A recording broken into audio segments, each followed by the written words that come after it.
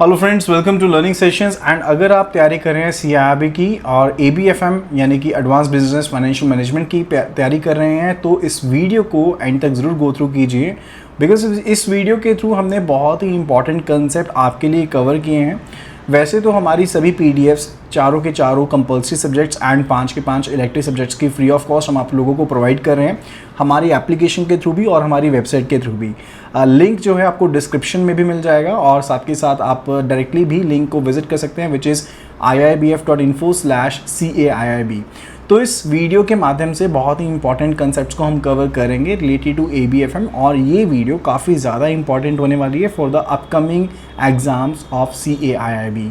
तो CIIB का full course भी आप एनरोल कर सकते हैं, जिसमें आपको फुल कोर्स वीडियोस मिल जाएंगी, केस स्टडी वीडियोस भी रहेंगी शामिल उसमें, साथ के साथ chapter wise previous questions, mock test, mega mock test, सब चीज़ें शामिल रहने वाली हैं। सो जल्दी से एनरोल कर लीजिए, फ्री PDFs आपको मिलेंगी, साथ में आप कोर्स में एनरोल कर सकते हैं।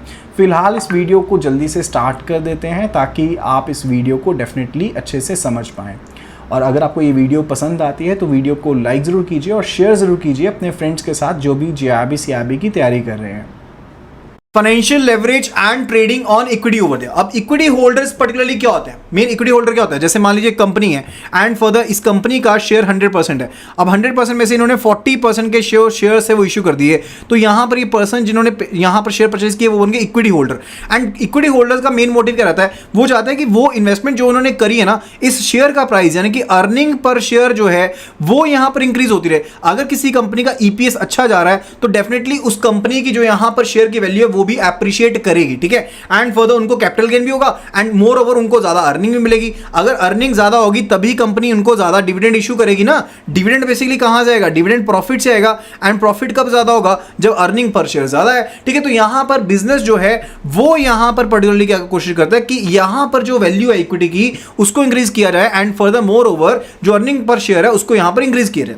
अब यहां पर अगर कंपोजिशन की बात करें तो दो तरह की चीज होती है, एक तो मेरे पास होता है डेब्ट होता है एंड एक होता है इक्विटी होती है। अब बेस्ट पार्ट होता है कि जब आप इन दोनों का यहां पर एक मिक्सचर यूज करते हो ना, तब आपको यहां पर ऑप्टिमम यूजेज मिलती है, ठीक है। यानी कि अगर आप यहां पर सिर्फ इक्विटी की तरफ जाते हो तो आपको यहां पर इतना बेनिफिट नहीं मिलता, क्योंकि जहां पर आप पर्टिकुलरली एक डेब्ट को लेते हुए, लोन को लेते हुए इसको बूस्टअप कर सकते हो, इसको आप फर्दर बूस्टअप कर सकते हो। अभी हम आगे जब एग्जांपल्स करेंगे ना एंड न्यूमेरिकल करेंगे इस बेस पर, तो आपको ये चीज बिल्कुल क्लियर होने वाली है, ठीक है। अगर हम यहां पर अगर ज्यादा इक्विटी लेकर के आते हैं एंड फर्दर अगर हमारा यहां पर प्रॉफिट इंक्रीज होता है तब भी यहां पर EPS जो है वो यहां पर सेम रहेगा, अगर तो उसका बेनिफिट ज्यादा नहीं होगा, ठीक है। तो फाइनेंशियल लेवरेज पर्टिकुलरली टर्म है। फाइनेंशियल लेवरेज बेसिकली किसके रिलेटेड होता है, जहां पर हम अपना पैसा इस्तेमाल ना करते हुए डेब्ट के पैसे का इस्तेमाल करते हैं एंड अपने प्रॉफिट्स को यहां पर इंक्रीज कर देते हैं, that is a financial leverage over there, ठीक है। यानी कि अगर हमने EPS को इंक्रीज करना है, अर्निंग पर शेयर को इंक्रीज करना है, अपने शेयर होल्डर के पैसे के थ्रू नहीं, डेब्ट के थ्रू पैसा लेकर आए, यानी कि फ्यूल्ड बाय डेब्ट ओवर देयर, उस पैसे का इस्तेमाल किया and further earning per share को इंक्रीज किया, that is a financial leverage over there. तो इसके लिए हमने कॉम्बिनेशन का इस्तेमाल करना है, यानी कि डेब्ट का एंड इक्विटी की जो कॉम्बिनेशन है उसका इस्तेमाल करना है, ताकि हमें ज्यादा जो बेटर वैल्यूएशन है वो यहां पर मिल पाए। एंड फर्दर हमने बोरोड फंड्स का इस्तेमाल करना है ताकि हम यहां पर अपने जो इन्वेस्टर्स हैं, जो रियल इन्वेस्टर्स हैं, इक्विटी इन्वेस्टर्स हैं, उनको अच्छी रिटर्न दे पाए, ठीक है। यानी कि इन्वेस्टर पर्टिकुलरली क्या करता है, अगर आप हमें ओनर की बात करें तो ए पर्सन अगर ओनर है तो इसका तो एक अपना पैसा है, इस पैसे का इस्तेमाल करते हुए पैसा कमाएगा, एक तो ये चीज होगी। दूसरा होगा कि ये यहां पर डेब्ट लेगा, यानी कि बाहर से और पैसा ले लेगा एंड इस पैसे के थ्रू और ज्यादा प्रॉफिट कमाएगा, तो इन्वेस्टर को यहां पर वैल्यू यहां पर मिलेगी, ठीक है। डेफिनेटली अगर आप यहां पर डेब्ट लेते हो तो थोड़ा सा रिस्क फैक्टर इंक्रीज होता है, लेकिन रिस्क लेंगे तभी आप यहां पर ज्यादा अर्निंग कर सकते हैं। अब यहां पर आप लॉन्ग टर्म जो आपके फिक्स्ड इंटरेस्ट बेरिंग डेब्ट होते हैं आप उनका इस्तेमाल कर सकते हो, या फिर प्रेफरेंस शेयर कैपिटल जो होती है आप उसके साथ साथ यहां पर लॉन्ग टर्म जो आपका फिक्स्ड बेरिंग यहां पर डेब्ट है उसका इस्तेमाल कर सकते हो, जैसे कि बॉन्ड्स हो गए, डिबेंचर्स हो गए, आप इनका इकट्ठे साथ में इस्तेमाल कर सकते हो फाइनेंशियल लेवरेज के लिए, जिसको हम ट्रेडिंग ऑन इक्विटी भी कहते हैं, जिसको हम क्या कहते हैं, ट्रेडिंग ऑन इक्विटी भी कहते हैं। अब कैपिटल स्ट्रक्चर बेसिकली इसी से बनता है। कैपिटल स्ट्रक्चर में या तो हम इक्विटी का यूज करेंगे या फिर डेब्ट का इस्तेमाल करेंगे। अब यहां पर मेन चीज क्या रहती है कि आपने दोनों के कॉम्बिनेशन का इस्तेमाल करना है, जहां पर आप लॉन्ग टर्म जो आपके पास यहां पर फॉर्म है फाइनेंसिंग की उसका भी इस्तेमाल करेंगे एंड साथ के साथ आप यहां पर इक्विटी का इस्तेमाल भी करेंगे, जिसमें आपके प्रेफरेंशियल इक्विटी या फिर नॉर्मल इक्विटी जो होती है वो सब चीजें यहां पर शामिल रहने वाली है, ठीक है। एंड फर्दर जब हम यहां पर जो डेब्ट का अमाउंट है वो ज्यादा लेते हैं in relation to the stock over there, तो यहां पर उस कंपनी को कहा जाता है कि वो ट्रेडिंग कर रही है किसके ऊपर, इक्विटी के ऊपर ट्रेडिंग कर रही है।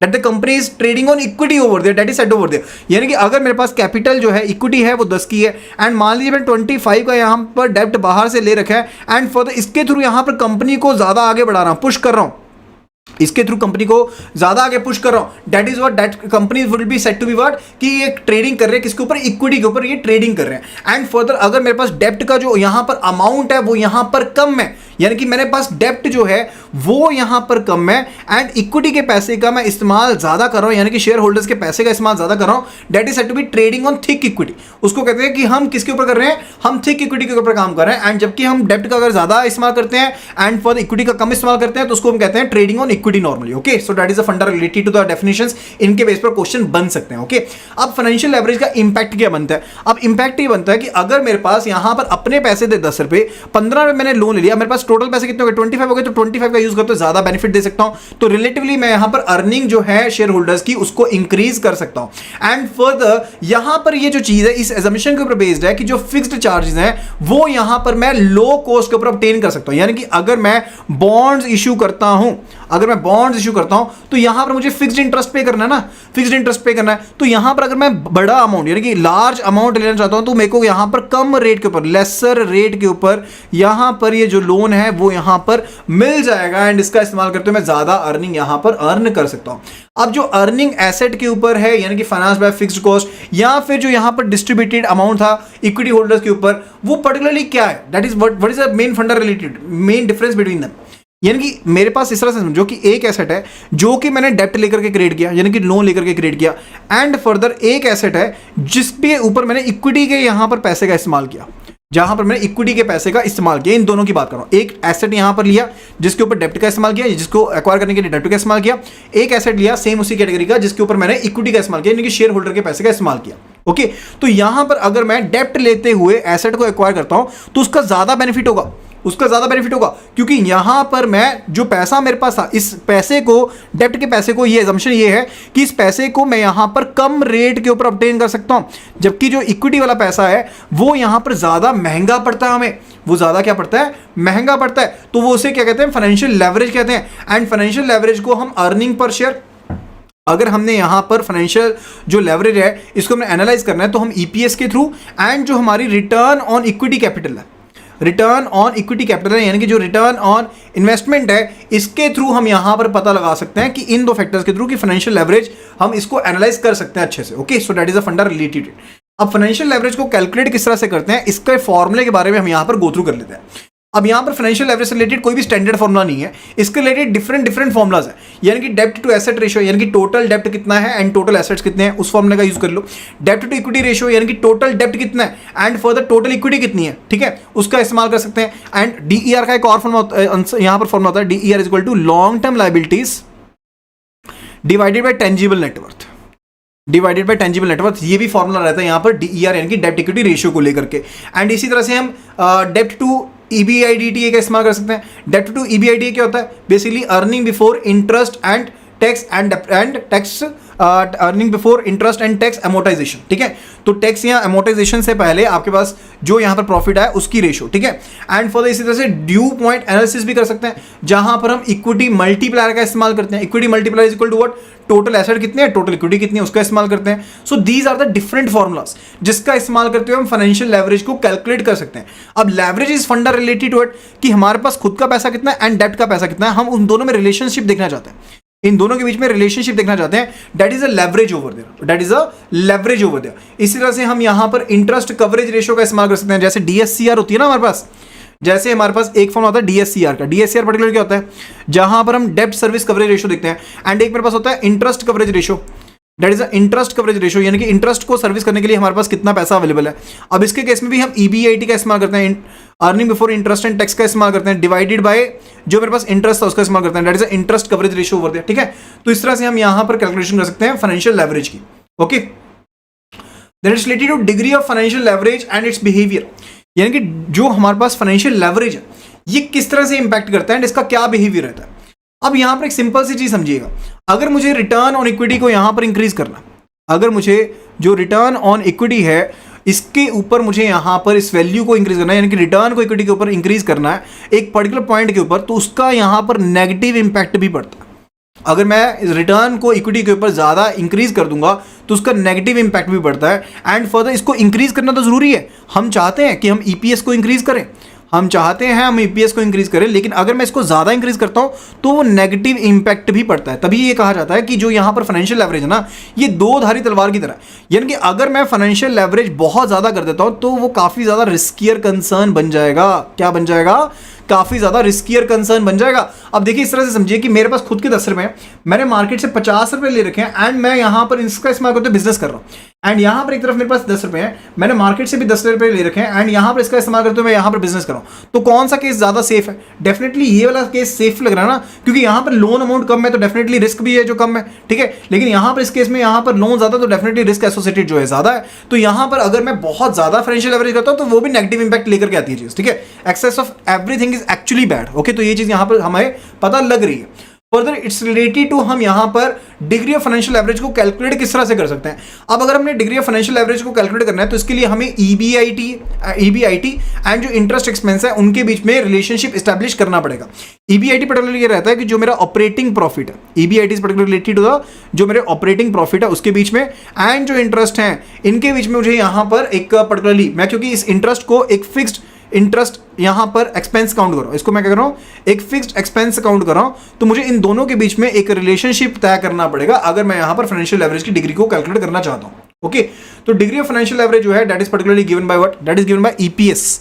ईपीएस डेल्टा ईपीएस का मतलब है कि ईपीएस में कितना चेंज आया, डेल्टा ईपीएस मतलब ईपीएस में चेंज कितना आया, and further divided bye EPS over here, and further delta EBIT में कितना चेंज आया, divided by EBIT over here, divided by EBIT over here. तो ये मेरे पास क्या है? डिग्री ऑफ फाइनेंशियल लेवरेज का फॉर्मूला है। इस फॉर्मूला को काइंडली प्लीज नोट कर लीजिए, इस फॉर्मूला को काइंडली नोट कर लीजिए। लेकिन इसमें से एक फैक्टर रिमूव हो जाएगा, एक फैक्टर क्या हो जाएगा? इसमें से रिमूव हो जाएगा।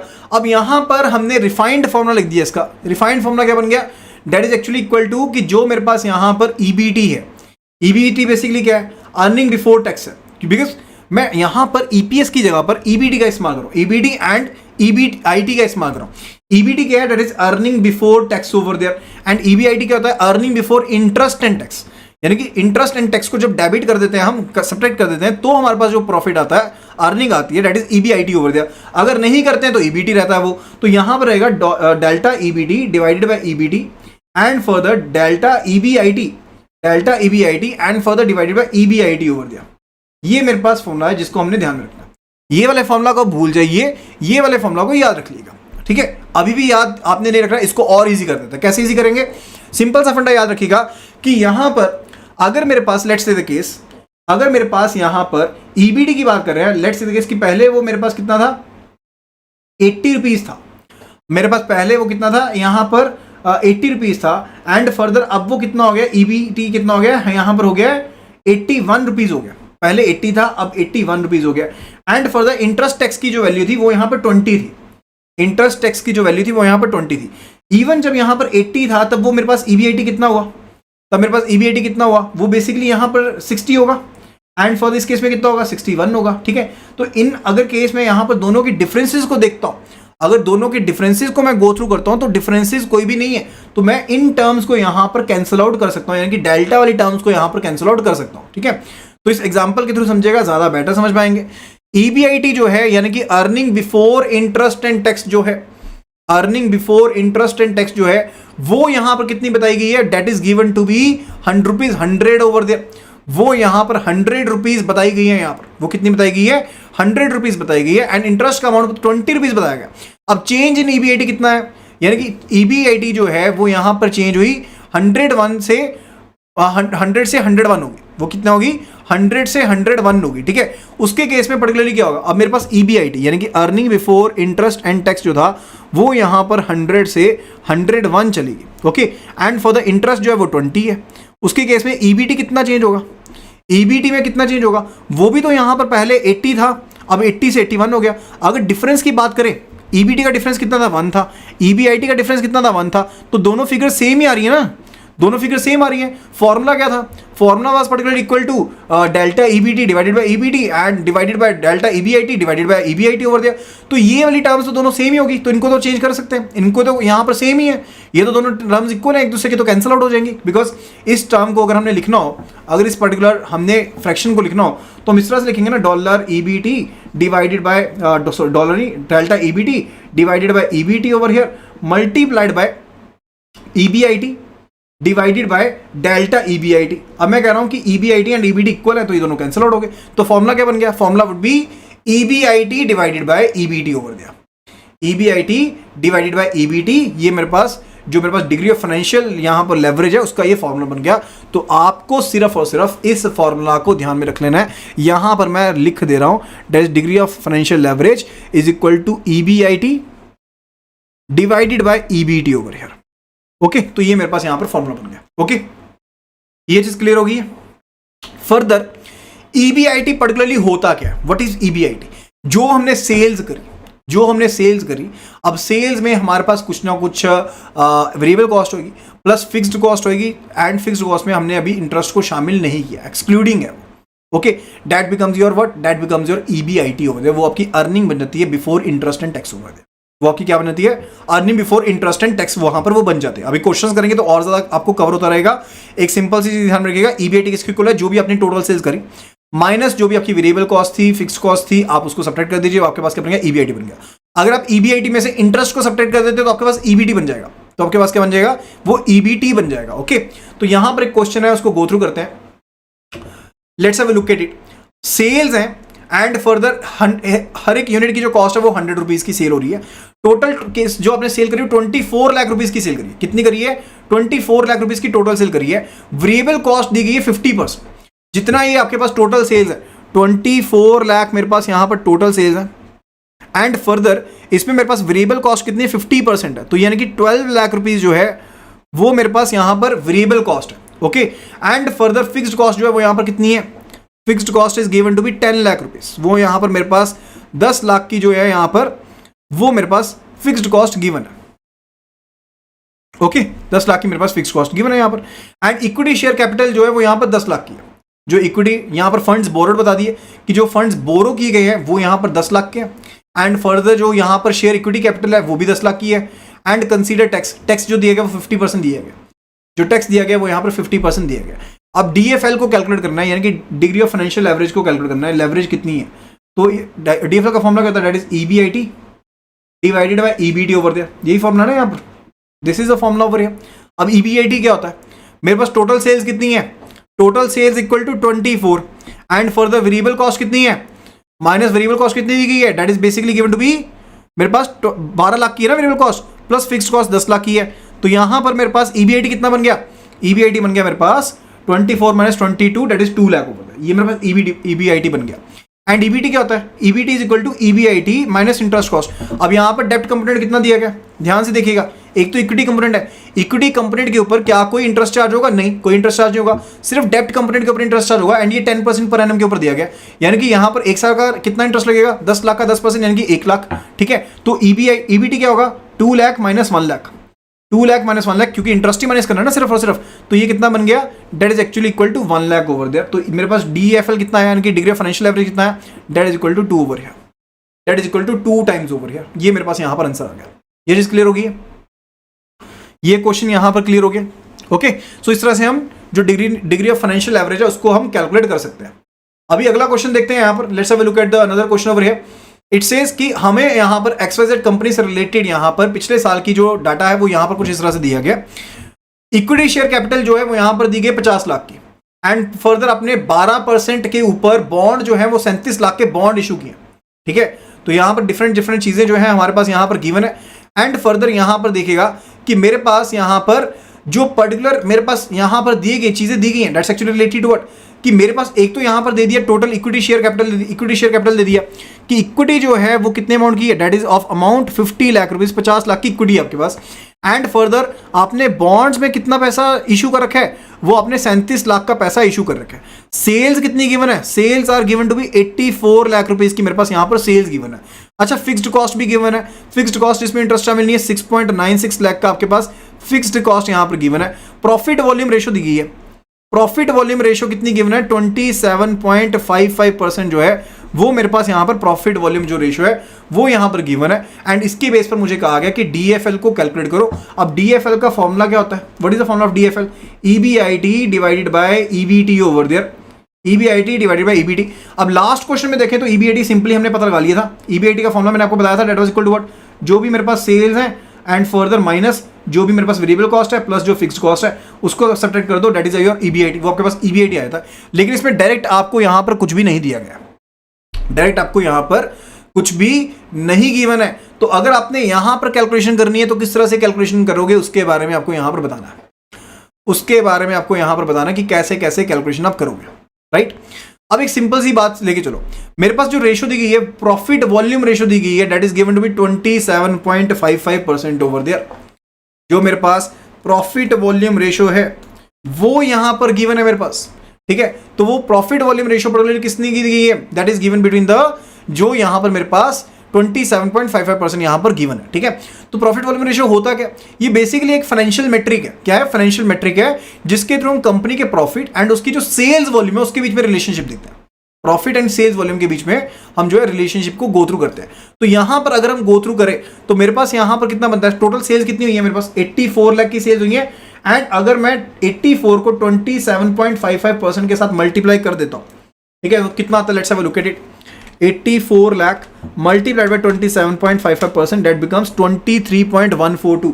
यानी कि अगर मैं लैक्स में लिखूं तो मल्टीप्लाइड बाय 1 लाख कर देता हूं, दैट इज 2314,200, 2314,200। ये मेरे पास क्या चीज बन रही है, दिस इज एक्चुअली जो मेरे पास यहां पर टोटल यहां पर प्रॉफिट बन रहा है ना, ये मेरे पास इतना बन रहा है, ये मेरे पास इतना बन रहा है। प्रॉफिट टू वॉल्यूम रेशियो मेरे को दी गई है ना, दैट इज व्हाट, कि प्रॉफिट कितना है एंड सेल्स कितनी है इज इक्वल टू 27.55। अब सेल्स मेरे पास कितनी थी 84 थी यहां पर, तो मैंने यहां पर 84 से मल्टीप्लाई कर दिया, मेरे पास ये प्रॉफिट आ गया, मेरे पास क्या आ गया यहां पर, ये प्रॉफिट आ गया यहां पर। एंड फर्दर अगर इसमें से मैं, अभी मेरे पास यहां पर प्रॉफिट आया, अब अगर इसमें से मैं अपनी जो कॉस्ट है वो सब्ट्रैक्ट कर देता हूं, दैट इज 6.96 लाख माइनस 696,000, ठीक है, इसको सब्ट्रैक्ट कर देता हूं, ये कितना बन गया, ये मेरे पास आ गई यहां पर कौन सी कॉस्ट आ गई, this is my EBIT, this is my EBIT over there. तो यहां पर जो ये चीज मेरे पास आई that is my profit over there. And profit में से मैंने क्या चीज सब्ट्रैक्ट करी, जो मेरे पास फिक्स्ड कॉस्ट थी मेरी वो यहां पर मैंने सब्ट्रैक्ट कर दिया। देखिए लास्ट क्वेश्चन में मेरे पास वेरिएबल कॉस्ट वाला गिवन थी, यहां पर मेरे पास गिवन नहीं है, तो यहां पर हम क्या कर रहे हैं, प्रॉफिट वॉल्यूम रेशियो का यूज करते हुए हमने पहले प्रॉफिट कैलकुलेट कर लिया, उसमें से हमने फिक्स्ड कॉस्ट को सब्ट्रैक्ट कर दिया। तो ये फिक्स्ड कॉस्ट को सब्ट्रैक्ट करने के बाद जो कि 6.96 लाख की दी गई है, मेरे पास यहां पर ईबीआईटी कितना बन गया, that comes out to be 1618,200। ये मेरे पास यहां पर बन गया 1618,200 यहां पर बन गया, that's actually the thing related. And further यहां पर एक सिंपल सी चीज देखिएगा, ईबीटी आपके पास, ईबीआईटी आ गया आपके पास, यानी कि जो न्यूमरेटर था वो आ गया, डिनोमिनेटर आपके पास नहीं आया। अब इसके लिए इंटरेस्ट सब्ट्रैक्ट करना पड़ेगा। इंटरेस्ट बेसिकली पूरी की पूरी इक्विटी में आपके पास 50 लाख रुपीज जो है वो कहां से है, वो आपके पास है इक्विटी में, इसके ऊपर तो इंटरेस्ट होगा नहीं, कोई इंटरेस्ट नहीं है। एंड बॉन्ड्स अपने 12% इंटरेस्ट के ऊपर दे रखे हैं, कितने अमाउंट के, 37 लाख के। तो 37 लाख के ऊपर आप 12% के ऊपर इंटरेस्ट कैलकुलेट कर लीजिए, 37 लाख मल्टीप्लाइड बाय 12%, इतना आप इंटरेस्ट पे कर रहे हैं, दैट इज इंटरेस्ट कॉस्ट, ठीक है। तो 37 lakh multiplied by 12%, that is interest cost, यानी कि 4,44,000। तो यहां पर ईबीटी क्या बनेगा, EBT will be equal to, जो मेरे पास ईबीआईटी था, ईबीआईटी कितना था 16,18,200 ओवर हियर माइनस 4,44,000। तो ये मेरे पास क्या बन गया, ईबीटी बन गया, ओके। तो यहां पर ये हो गया 1618,200 minus 444,000 that is equal to 1174,200, 1174,200। ये मेरे पास बन गया, क्या बन गया, this is a DFL over here, this is the DFL over here, यानी कि जो मेरे पास डिग्री ऑफ फाइनेंशियल लेवरेज है वो हमने यहां पर कैलकुलेट कर लिया, ओके। ये चीज क्लियर होगी, ओके। तो इस तरह से हम यहां पर सॉल्यूशन कर सकते हैं। सिंपल सा क्वेश्चन था, कोई ज्यादा वो बात नहीं है, सिंपल सी चीज ध्यान रखनी है आपको। यहां पर प्रॉफिट वॉल्यूम रेशियो दी है, तो आपने प्रॉफिट वॉल्यूम रेशियो से प्रॉफिट को कैलकुलेट किया, माइनस इंटरेस्ट कर दिया, आपके पास ईबीआईटी आ गया। ईबीआईटी के बाद आपने ईबीआईटी में से इंटरेस्ट सब्ट्रैक्ट करना है, तो आपके पास क्या आ जाएगा, आपके पास यहां पर आ जाएगी, आपके पास what will be there, EBT आ जाएगा। एंड दोनों की रेशियो को कैलकुलेट करते हुए आप डीएफएल को कैलकुलेट कर सकते हो, राइट। तो this is how you can calculate. Further अब कुछ एक एनालिसिस है, इसको देख लेते हैं। आपके पास डिग्री ऑफ फाइनेंशियल लेवरेज जो है, डिग्री ऑफ फाइनेंशियल लेवरेज, अगर आपके पास यहाँ पर DFL की बात कर रहे हैं, वहां पर अगर मेरे पास जो EPS है वो भी 50% के साथ इंक्रीज हो रहा है या चेंज हो रहा है, अगर EPS भी सेम परसेंटेज के साथ चेंज हो रहा है, EBIT भी सेम परसेंटेज के साथ चेंज हो रहा है, तो उसके इसमें DFL जो होगा वो 1 के इक्वल हो जाएगा। वो किसके इक्वल हो जाएगा? 1 के इक्वल हो जाएगा।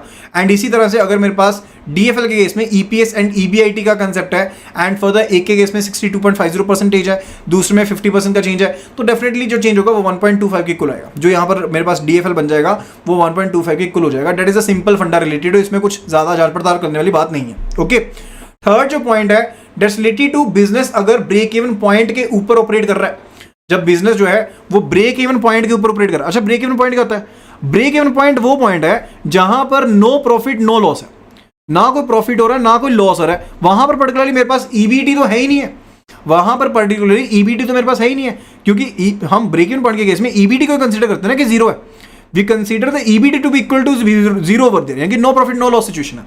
लेकिन EBT यहां पर एग्जिस्ट करता है। EBT would be equal to what? EBT would be equal to interest over there, जो आपने इंटरेस्ट यहां पर अर्निंग थी आपकी इंटरेस्ट के इक्वल थी, ठीक है, फिक्स्ड इंटरेस्ट था, वो आप अर्न कर रहे थे, that was the thing related it. तो यहां पर आपके पास जो आंसर होगा वो क्या होगा? आपके पास DFL क्या होता है? DFL क्या होता है? That is equal to EBIT divided by EBT over there, यही होता है ना DFL आपके पास। एंड फर्दर EBIT आपके पास कितना है? That is equal to fixed interest over there. लेकिन EBT तो आपके पास जीरो है, तो ये क्या हो गया? अनडिफाइंड आ गया। This is basically undefined, this will be undefined over there. Okay, ये चीज क्लियर होगी जब आपके पास जो बिजनेस है वो ब्रेक इवन पॉइंट के ऊपर काम कर रहा है। अगर आपके पास जो बिजनेस है वो ब्रेक इवन पॉइंट से भी नीचे काम कर रहा है, that is operating even below the break even point, यानी कि प्रॉफिट तो दूर की बात है, आपने जो पैसा लगाया था वो भी रिकवर नहीं किया, उसके केस में यहां पर EBIT जो है वो बेसिकली आप एज्यूम कर रहे हो कि EBT आपके पास जीरो नहीं है, EBT इज नेगेटिव। आप एज्यूम कर रहे हो कि EBT नेगेटिव है, ओके, लेकिन हम EBIT को एज्यूम करें कि वो क्या है? वो पर्टिकुलरली वो आपके पास कुछ ना कुछ पॉजिटिव फिगर रही होगी, आप ये कंसीडर कर रहे हो, ठीक है। तो जो आपके पास DFL आएगा ना, that will be negative over there. वो आपके पास क्या आएगा? That will be the negative over there. तो आपके पास एक नेगेटिव कंपोनेंट आ जाएगा, वो आपके पास क्या आ जाएगा? नेगेटिव कंपोनेंट आ जाएगा, क्योंकि आप EBIT को फिर भी कुछ ना कुछ पॉजिटिव एज्यूम कर ले रहे हो, होगा नहीं, ओके। एंड फर्दर आपने क्या किया? EBT को नेगेटिव यहां पर एज्यूम कर लिया, okay. So that is a फंडा रिलेटेड।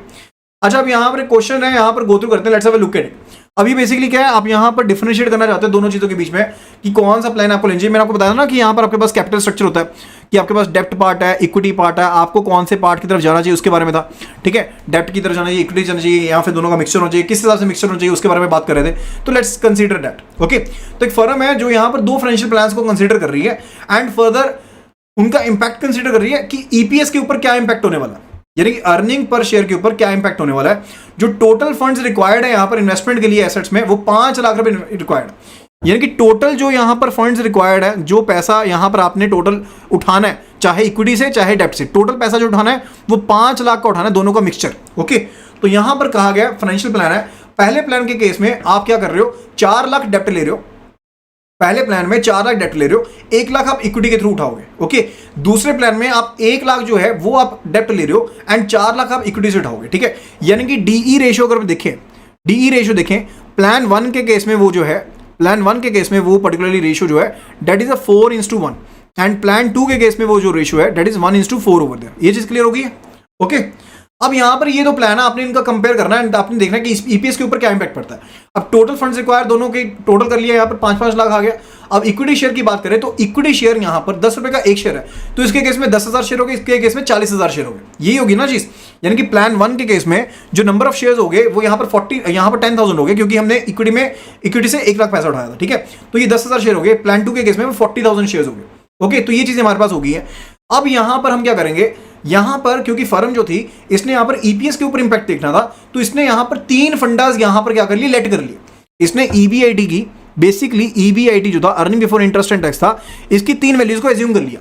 एक वैल्यू एज्यूम कर ली इसने 50,000, दूसरी वैल्यू एज्यूम कर ली 75,000, एंड तीसरी वैल्यू इसने एज्यूम कर ली 125 के, यानी कि 1,25,000 की जो EBIT की वैल्यू थी वो इन्होंने एज्यूम कर ली है।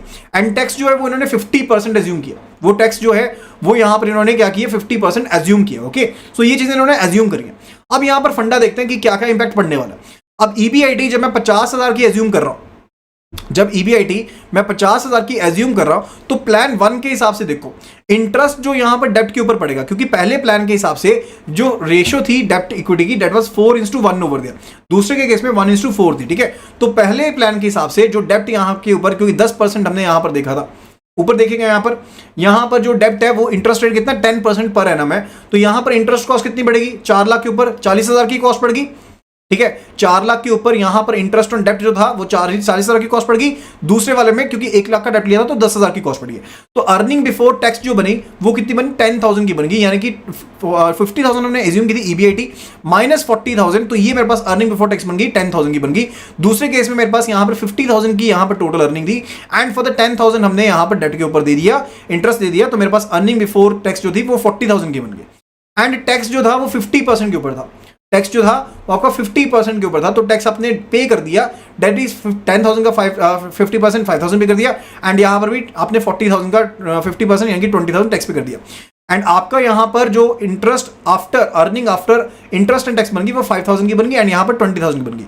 अब यहां पर ये जो आप EPS अगर काउंट करना चाहते हो, EPS पर्टिकुलरली क्या होता है कि आपके पास यहां पर EPS पर्टिकुलरली होता है कि आपके पास यहां पर earning after interest and tax कितनी है, जो आपके पास earning after interest and tax है वो कितनी है, divided by the number of shares, ठीक है। तो यहां पर वो पहले केस में कितनी थी 5,000 है, and 5,000 divided by equity shares कितने थे, इस केस में 10,000 थे, ठीक है, उससे डिवाइड कर दिया तो 0.5 आ गया। इसी तरह से हमने दूसरे केस में डिवाइड किया, उसके केस में भी ये 0.5 आ गया, उसके केस में भी 0.5 आ गया, तो कोई भी यहां पर सिग्निफिकेंट इंपैक्ट जो है वो यहां पर देखने को नहीं मिल रहा। अब हम सेकंड केस में यहां पर करने की कोशिश करते हैं, जहां पर हम यहां पर जो वैल्यू है 75,000 की ले रहे हैं, 75,000 की वैल्यू यहां पर कंसीडर कर रहे हैं, राइट। तो उसके केस में यहां पर मैं प्लान 1 ले लेता हूं, एंड यहां पर मैं प्लान 2 कंसीडर कर लेता हूं, okay, just for the example over here. तो यहां पर earning before interest and tax दोनों केसेस में कितनी थी, 75,000 हमने कंसीडर की थी, यहां पर भी 75,000 कंसीडर करी, एंड दूसरे प्लान में भी 75,000 हमने कंसीडर करी। अब अगर इंटरेस्ट ऑन डेप्ट की बात करें तो इंटरेस्ट तो सेम ही रहेगा, तो पहले केस में जो इंटरेस्ट पड़ा था, क्योंकि वहां पर 4 लाख का डेप्ट लिया था, तो यहां पर इंटरेस्ट जो था वो 40,000 का था, एंड दूसरे केस में जो यहां पर इंटरेस्ट था क्योंकि 1 लाख का लिया था, तो यहां पर 10,000 का इंटरेस्ट था। अब यहां पर मेरे पास अगर मैं लेस यहां पर सब्ट्रैक्ट कर देता हूं तो मेरे पास अर्निंग बिफोर टैक्स की अगर बात करूं तो कितनी मिलती है, 75,000 minus 40,000 that is equal to 35,000, तो मेरे पास ये 35,000 बचते हैं, एंड इस केस में मेरे पास यहां पर ही 65,000 बचते हैं। ये चीज क्लियर होगी है। अब उसके केस में टैक्स जो होगा वो यहां पर कितना डेबिट होगा, 50% का टैक्स डेबिट होगा, तो ये यहां पर माइनस कितना अमाउंट होगा 50%, यानी कि 35,000 का अगर 50% करें हम तो 17,500 सब्ट्रैक्ट होगा, एंड फर्दर दूसरे केस में देखें तो यहां पर 32,500 जो है वो यहां पर टैक्स सब्ट्रैक्ट होगा। तो यहां पर मेरे पास earning after interest and tax जो बनती है पहले केस में वो 17,500 बनती है, दूसरे केस में मेरे पास यहां पर 32,500 बनती है। ये चीज क्लियर होगी। अब यहां पर इक्विटी शेयर्स की बात करूं तो दूसरे केस में मेरे पास इक्विटी शेयर जो है वो तो यहां पर सेम ही रहेंगे, वो यहां पर 40,000 ही है, एंड ये वाले केस में मेरे पास 10,000 ही है। यहां पर अगर मैं अर्निंग देखता हूं कितनी बनती है, EPS कितनी बनती है, that is 17,500, and for the divided by 10,000 तो वो बन गई 1.75, तो यहां पर प्लान 1 के हिसाब से इसमें बनती है 1.75। दूसरे केस में देखें तो यहां पर बनती है 32,500, एंड फर्दर डिवाइडेड बाय 40,000, तो यहां पर जो EPS बनती है वो यहां पर 0.8125 बनती है, 0.8125। तो अब ध्यान से देखिएगा, आपने जहां पर प्लान 1 के केस में आपके पास डेप्ट की कंपोजिशन ज्यादा थी, यानी कि फाइनेंशियल लेवरेज ज्यादा थी, उस केस में EPS जो है वो यहां पर इंक्रीज्ड है, वो EPS आपका इंक्रीज्ड है सेकंड केस के लिए। क्यों, ठीक है, क्योंकि यहां पर आपने जैसे जैसे आप अपनी EBIT को इंक्रीज करते हो, यानी कि आप डेप्ट को इंक्रीज करते हुए अगर अपने EBIT को इंक्रीज करते हो, यानी कि earning before interest and tax को इंक्रीज करते हो, तो उसके केस में पर्टिकुलरली आपके पास जो EPS होता है वो ऑटोमेटिकली इंक्रीज होगा ही होगा। दैट इज अ फंडा related to it. I hope कि आपको यहां पर ये चीज क्लियर होगी। इसी तरह से थर्ड केस को भी हम सॉल्व कर सकते हैं, यहां पर थर्ड केस भी सॉल्व है, तो उसके केस में इन्होंने 1,25,000 लिए, and rest of the calculations आ दिया, एंड इसके बेस पर इन्होंने EPS कैलकुलेट करी। पहले केस में जहां पर फाइनेंशियल लेवरेज ज्यादा है, यानी कि आपने डेप्ट ज्यादा लिया हुआ है, उसके केस में 4.25 आ रही है, सेकंड केस में 1.438 आ रही है, ओके। तो यहां पर भी देखेगा कि आपके पास 4.25 के केस में यहां पर ये ज्यादा आ रही है, okay. So that is the thing related to it, that is the funda related to it, and further now let's move to the illustration 5 over here. Let's move toward it. So it says XYZ company has current and equity share capital of rupees 40 lakh, जिसमें 40,000 equity share है, 100 rupees का एक share है। Management plan कर रही है कि और 30 लाख रुपए यहां पर उठाए जाए, यानी कि उन्होंने कोई यहाँ पर प्रोग्राम करना है एक्सपेंशन के लिए, एंड उनके पास different financial opportunities, financial planning जो है वो यहाँ पर अवेलेबल है, एंड वो ऑप्शंस यहाँ पर दी गई हैं। यानी कि 40 लाख की इक्विटी ऑलरेडी आपके पास है, एंड ये 40 लाख की इक्विटी कैसे बनेंगे, आपके पास यहाँ पर 40,000 शेयर है, 100 रुपीज़ का एक शेयर है, एंड ये आपकी 40 लाख की इक्विटी है। 30 लाख रुपए आपको और चाहिए, एंड आपके पास अलग अलग ऑप्शंस जो है वो यहाँ पर अवेलेबल है। पहली चीज़ है कि आप 30 लाख के और यहाँ पर शेयर परचेज कर ले। पहली चीज़ है कि आप इक्विटी के थ्रू ही पैसा सारा का सारा उठा लें, यानी कि 100 रुपए का एक शेयर है तो कितने शेयर्स और ले लें, 30,000 शेयर्स आप और परचेज कर लें। दैट इज अ फंडा रिलेटेड। पहली चीज़ तो ये। दूसरी ऑप्शन ये है कि आप 15 लाख जो है वो इक्विटी शेयर्स के हिसाब से उठा लें, यानी कि 15,000 तो आप शेयर्स पिक कर ले, एंड फर्दर जो बैलेंस है वो 8% डिबेंचर्स के हिसाब से आप यहां पर परचेज कर ले, डिबेंचर्स में पैसा उठा लें। ओके। तीसरा केस जो है कि आप यहां पर 10,000 जो शेयर है वो यहां पर परचेज कर ले, एंड 20 लाख रुपए यहां पर तो 15 लाख रुपए उठाने अपने 8% के ऊपर, एंड 15 लाख रुपए आपके पास आगे इक्विटी के थ्रू आगे। ओके। एंड फर्दर दूसरा केस है जहां पर 10 लाख रुपए आ गया आपके पास इक्विटी के थ्रू, एंड फर्दर 20 लाख रुपए आ गए आपके पास, 20 लाख रुपए आ गए आपके पास किसके थ्रू, कि आपने यहां पर बॉन्ड्स में से आपने preference shares basically, not bonds, basically आपने यहां पर पर्टिकुलरली लॉन्ग टर्म बोरोइंग कर लिए। कितने परसेंटेज के ऊपर, 9% के ऊपर लॉन्ग टर्म बोरोइंग कर ली है। एंड फोर्थ सिनेरियो क्या कहता है, फोर्थ सिनेरियो कहता है कि 15 लाख आपने इक्विटी शेयर, यानी कि 15,000 रुपीज जो है वो अपने इक्विटी शेयर के थ्रू उठा लिए, एंड फर्दर बैलेंस जो था वो अपने किसके थ्रू उठा लिया, वो अपने प्रेफरेंस शेयर, यानी कि 15 लाख ही आपने प्रेफरेंस शेयर के थ्रू उठा लिया, जिसके ऊपर डिविडेंड आपको 5% के साथ फिक्स्ड डिविडेंड पे करना पड़ेगा। ये आपके पास 4 ऑप्शंस अवेलेबल हैं, एंड कंपनी ने चारों ऑप्शंस को यहां पर अब एनालाइज करना है कि कौन सी ऑप्शन उनके लिए ज्यादा बेटर रहने वाली है। Okay. So that is a फंडा रिलेटेड। अब यहां पर इन 4 ऑप्शंस को हम गो थ्रू करके देखेंगे, एंड साथ के साथ यहां पर क्या कहा गया कि कंपनी का एक्सपेक्टेड जो ईबीआईटी है वो कितनी दी गई है, 15 लाख की ईबीआईटी यहां पर दी गई है। एक्सपेक्टेड जो ईबीआईटी है वो कितनी है, 15 लाख की दी गई है, एंड कॉर्पोरेट टैक्स जो कंसीडर किया जा रहा है वो 50% का कंसीडर किया जा रहा है, एंड फर्दर हमने ईपीएस को कैलकुलेट करना है, एंड फाइनेंशियल एवरेज के ऊपर यहां पर बताना है कि कौन सी चीज ज्यादा बेटर रहेगी फाइनेंसिंग को यूज करने के लिए। अब ये फाइनेंशियल प्लान है, फाइनेंशियल प्लान 1 2 3 4। अब इसी चीज को हमने यहां पर इस चीज में डाल दिया।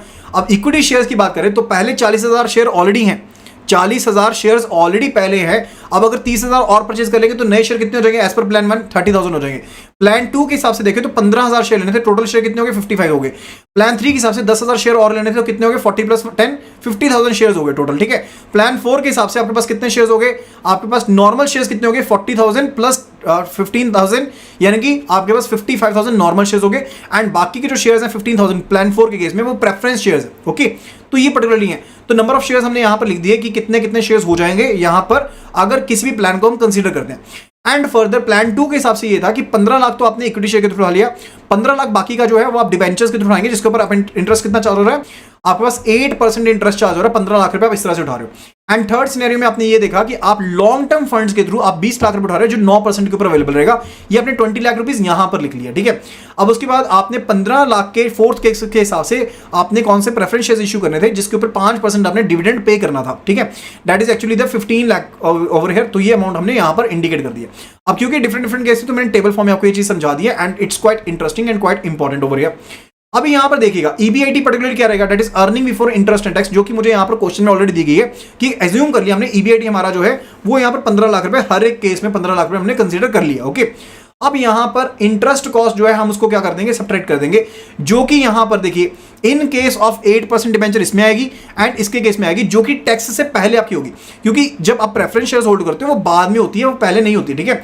तो यहां पर पर्टिकुलरली आप इंटरेस्ट कॉस्ट जो कर रहे हो डिबेंचर्स के ऊपर आपने कैलकुलेट करी 8% of 8% of what, 8% of the 15 lakh over there. ठीक है। क्योंकि ये जो आपके पास आपने 8% कॉस्ट कैलकुलेट करी ना 15 लाख की, ये आपने किसके ऊपर कैलकुलेट करी, 15 लाख के ऊपर कैलकुलेट करी है। तो 15 लाख का 8%, 15 lakh into 8%, debt is equal to 1,20,000। तो इस डिबेंचर की कॉस्ट कितनी है एज पर प्लान 2, ये होगी 1,20,000, जो कि यहां पर आ गई।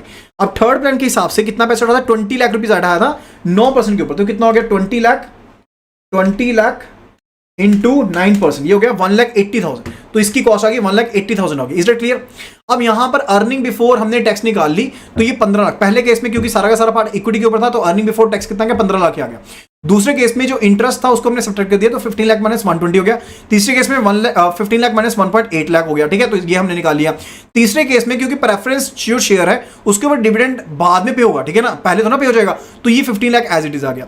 अब इसमें से टैक्स जो कि हमने कॉर्पोरेट टैक्स एज्यूम किया था 50% का है, तो हमने वो टैक्स जो था यहाँ पे लिख दिया एंड फर्दर वो कैलकुलेट कर लिया। 15 लाख का 50% 7.5, 1380 का 6.9, 1320 का 6.60 and so on, okay. And further हमारे पास जो ईएटी था यानी कि earning after tax, earning after tax यानी कि अर्निंग आफ्टर टैक्स कितनी आ गई 15 लाख माइनस 7.5 एंड फर्दर इस तरह से हमने कैलकुलेट कर ली, तो ये वैल्यूज हमारे पास यहां पर आ गई।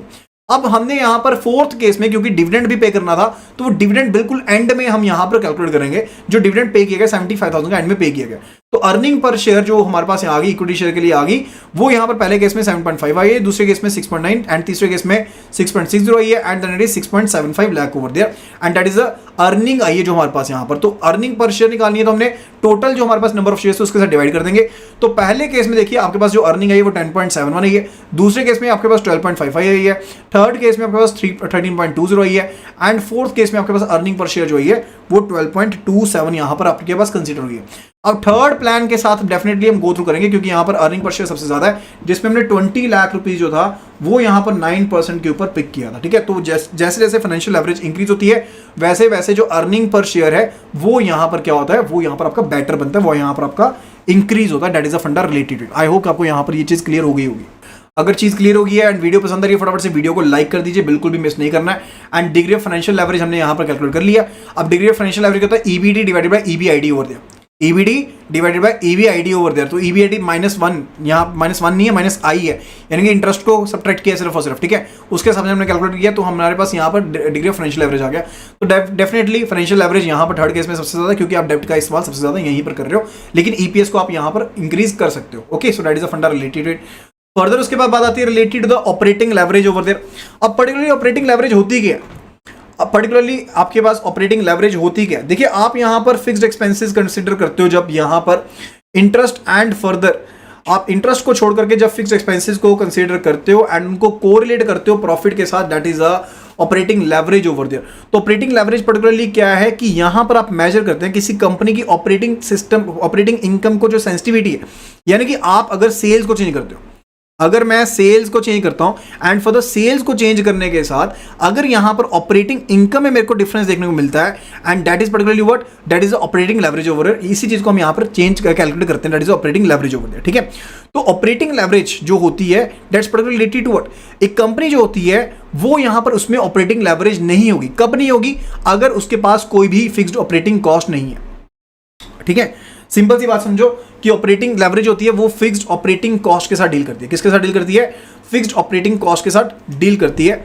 एंड जितनी ज्यादा ये फिक्स्ड ऑपरेटिंग कॉस्ट होगी उतनी ज्यादा ऑपरेटिंग लेवरेज होगी, उतनी ज्यादा क्या होगी, ऑपरेटिंग लेवरेज होगी। अगर फिक्स्ड ऑपरेटिंग कॉस्ट लेस है तो हमारे पास ऑपरेटिंग लेवरेज भी क्या होगी, कम होगी। अगर ये आपके पास फिक्स्ड ऑपरेटिंग कॉस्ट ज्यादा है तो आपके पास ऑपरेटिंग लेवरेज जो है वो भी यहां पर ज्यादा होगी। जो ऑपरेटिंग लेवरेज है वो यहां पर कैपिटल बजटिंग के डिसीजन को इंपैक्ट करती है एंड उसके साथ कंसर्न रहती है, तो इसके बारे में पढ़ना बहुत ज्यादा जरूरी है।